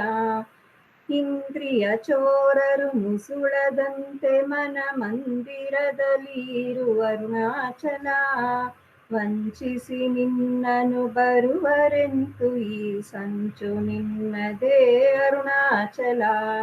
ಅರುಣಾಚಲ ಶಿವ ಅರುಣಾಚಲ ಶಿವ ಅರುಣಾಚಲ ಶಿವ ಅರುಣಾಚಲ. ಅರುಣಾಚಲ ಶಿವ ಅರುಣಾಚಲ ಶಿವ ಅರುಣಾಚಲ ಶಿವ ಅರುಣಾಚಲ. ಅರುಣಾಚಲ ಶಿವ ಅರುಣಾಚಲ ಶಿವ ಅರುಣಾಚಲ ಶಿವ ಅರುಣಾಚಲ. ಅರುಣಾಚಲ ಶಿವ ಅರುಣಾಚಲ ಶಿವ ಅರುಣಾಚಲ ಶಿವ ಅರುಣಾಚಲ. ಅರುಣಾಚಲ ಶಿವ ಅರುಣಾಚಲ ಅರುಣಾಚಲ ಶಿವ ಅರುಣಾಚಲ. ನಮೋ ರಮಣ.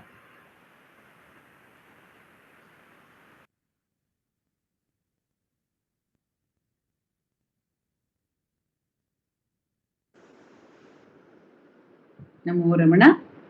ಈಗ ಭಗವಾನರಿಗೆ ಅಷ್ಟೋತ್ತರ ಪೂಜೆಯನ್ನು ಸಲ್ಲಿಸೋಣ. ಉಷಾನಂದ ಕುಮಾರ್ ಅವರು ನಮ್ಮ ದಕ್ಷಿಣ ವಿಭಾಗವಾದ ಪಲಾಕೊತ್ತಿನಲ್ಲಿ ಪೂಜೆಯನ್ನು ಸಲ್ಲಿಸುತ್ತಾರೆ. ಅದರ ಪಠನ, ಅಷ್ಟೋತ್ತರದ ಪಠನ ಉಮಾ ಅಶ್ವಥ್ ಹಾಗೂ ಲಕ್ಷ್ಮಿಯವರು, ರೇವತಿ ಶಂಕರ್ ಅವರು ಹಾಗೂ ವೈಭವ್ಜಿ ಮತ್ತೆ ಪ್ರಾರ್ಥನಾ ಮಾಡ್ತಾರೆ. ಆರತಿ ಹಾಡನ್ನು ರೇವತಿ ಶಂಕರ್ ಹಾಡ್ತಾರೆ.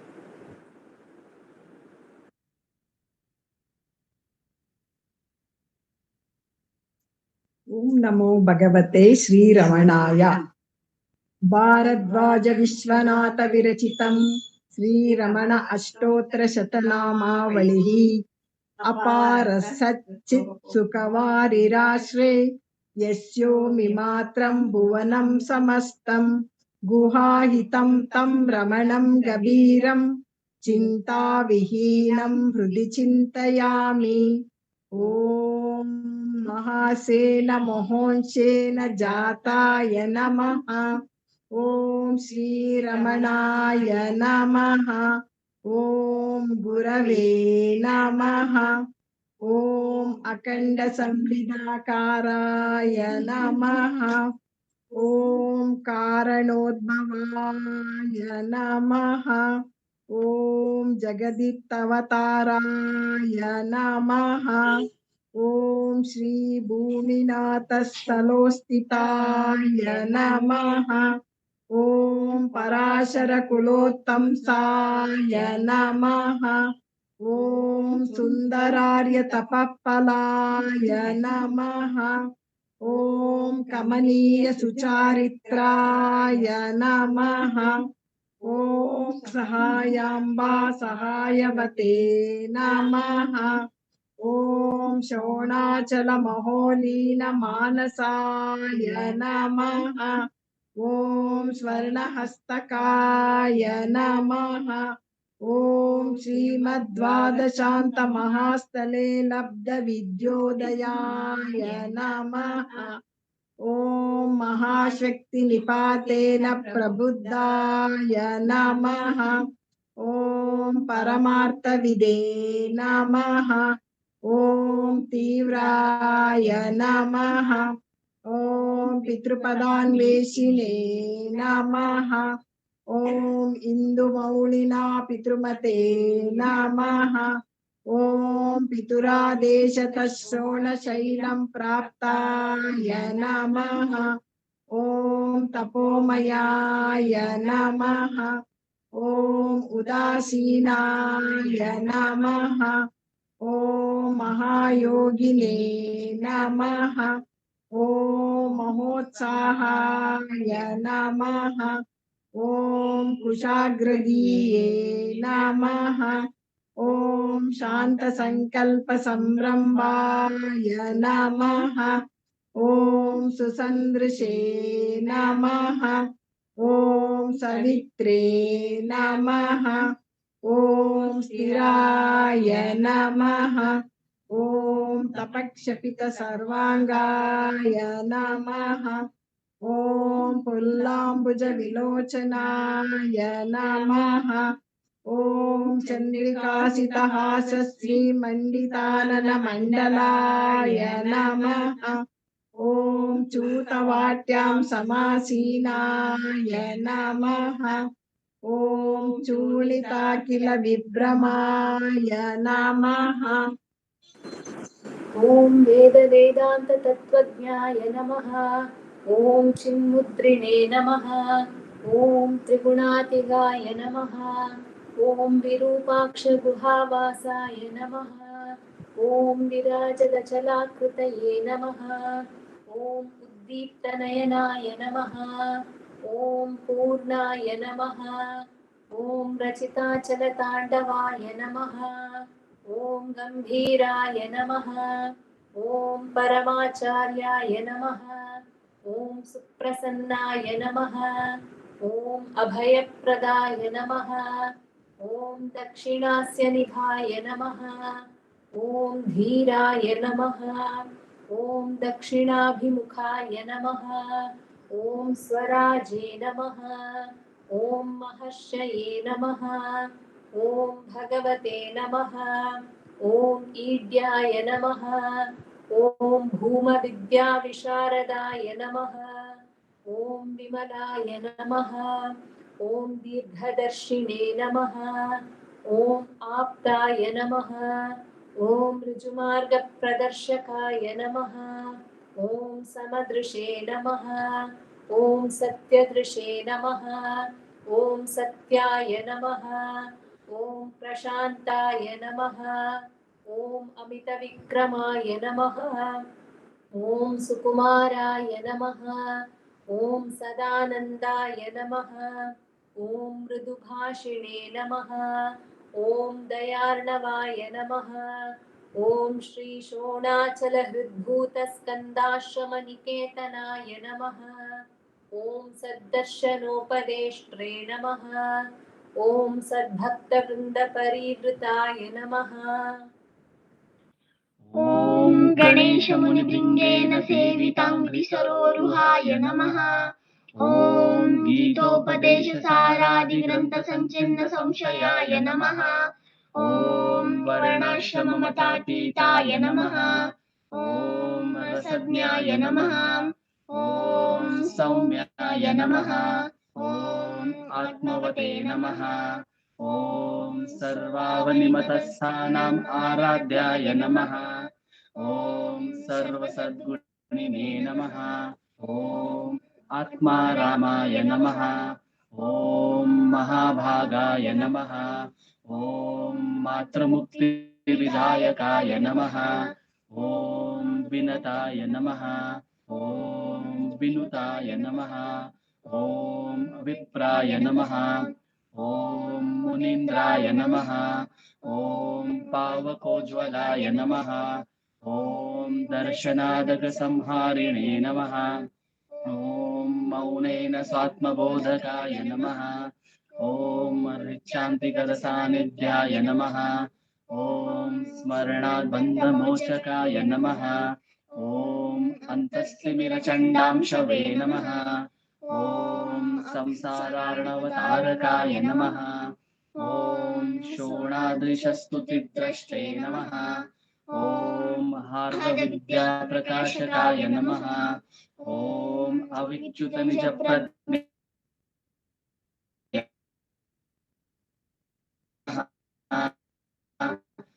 ॐ नैसर्गिकमहातपसे नमः। ॐ कमण्डलुधराय नमः। ॐ शुभ्रकौपीनवसनाय नमः। ॐ गुहाय नमः। ॐ दण्डपाणये नमः। ॐ कृपापूर्णाय नमः। ॐ भवरोगविषग्वराय नमः। ॐ स्कन्दाय नमः। ॐ देवतमाय नमः। ॐ अमर्त्याय नमः। ॐ सेनान्ये नमः। ॐ पुरुषोत्तमाय नमः। ॐ श्रीरमण भगवते नमः। श्रीरमणाष्टोत्तरशतनाम पूजां समर्पयामि। यस्थानोररुणाचलस्य पदयोः स्मृत्याजलिं प्राप्यत दिव्यानुग्रह सुप्रवाह विवश तादात्म्यभावं गतः नित्यतपसा लोकान् पुनासेकराट् तस्मै श्रीरमणाय ते नमः लोकोत्तर ज्योतिषे। ॐ नमो भगवते श्रीरमणाय।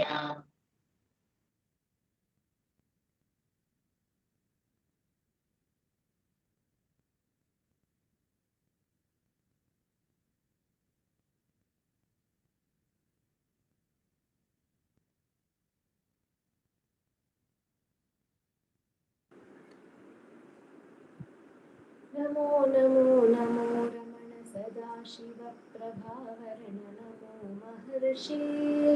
नमो महर्षि दर्शन सुख मंगल मुख सकल जीव हित सम्मुख ब्रह्म संगीये।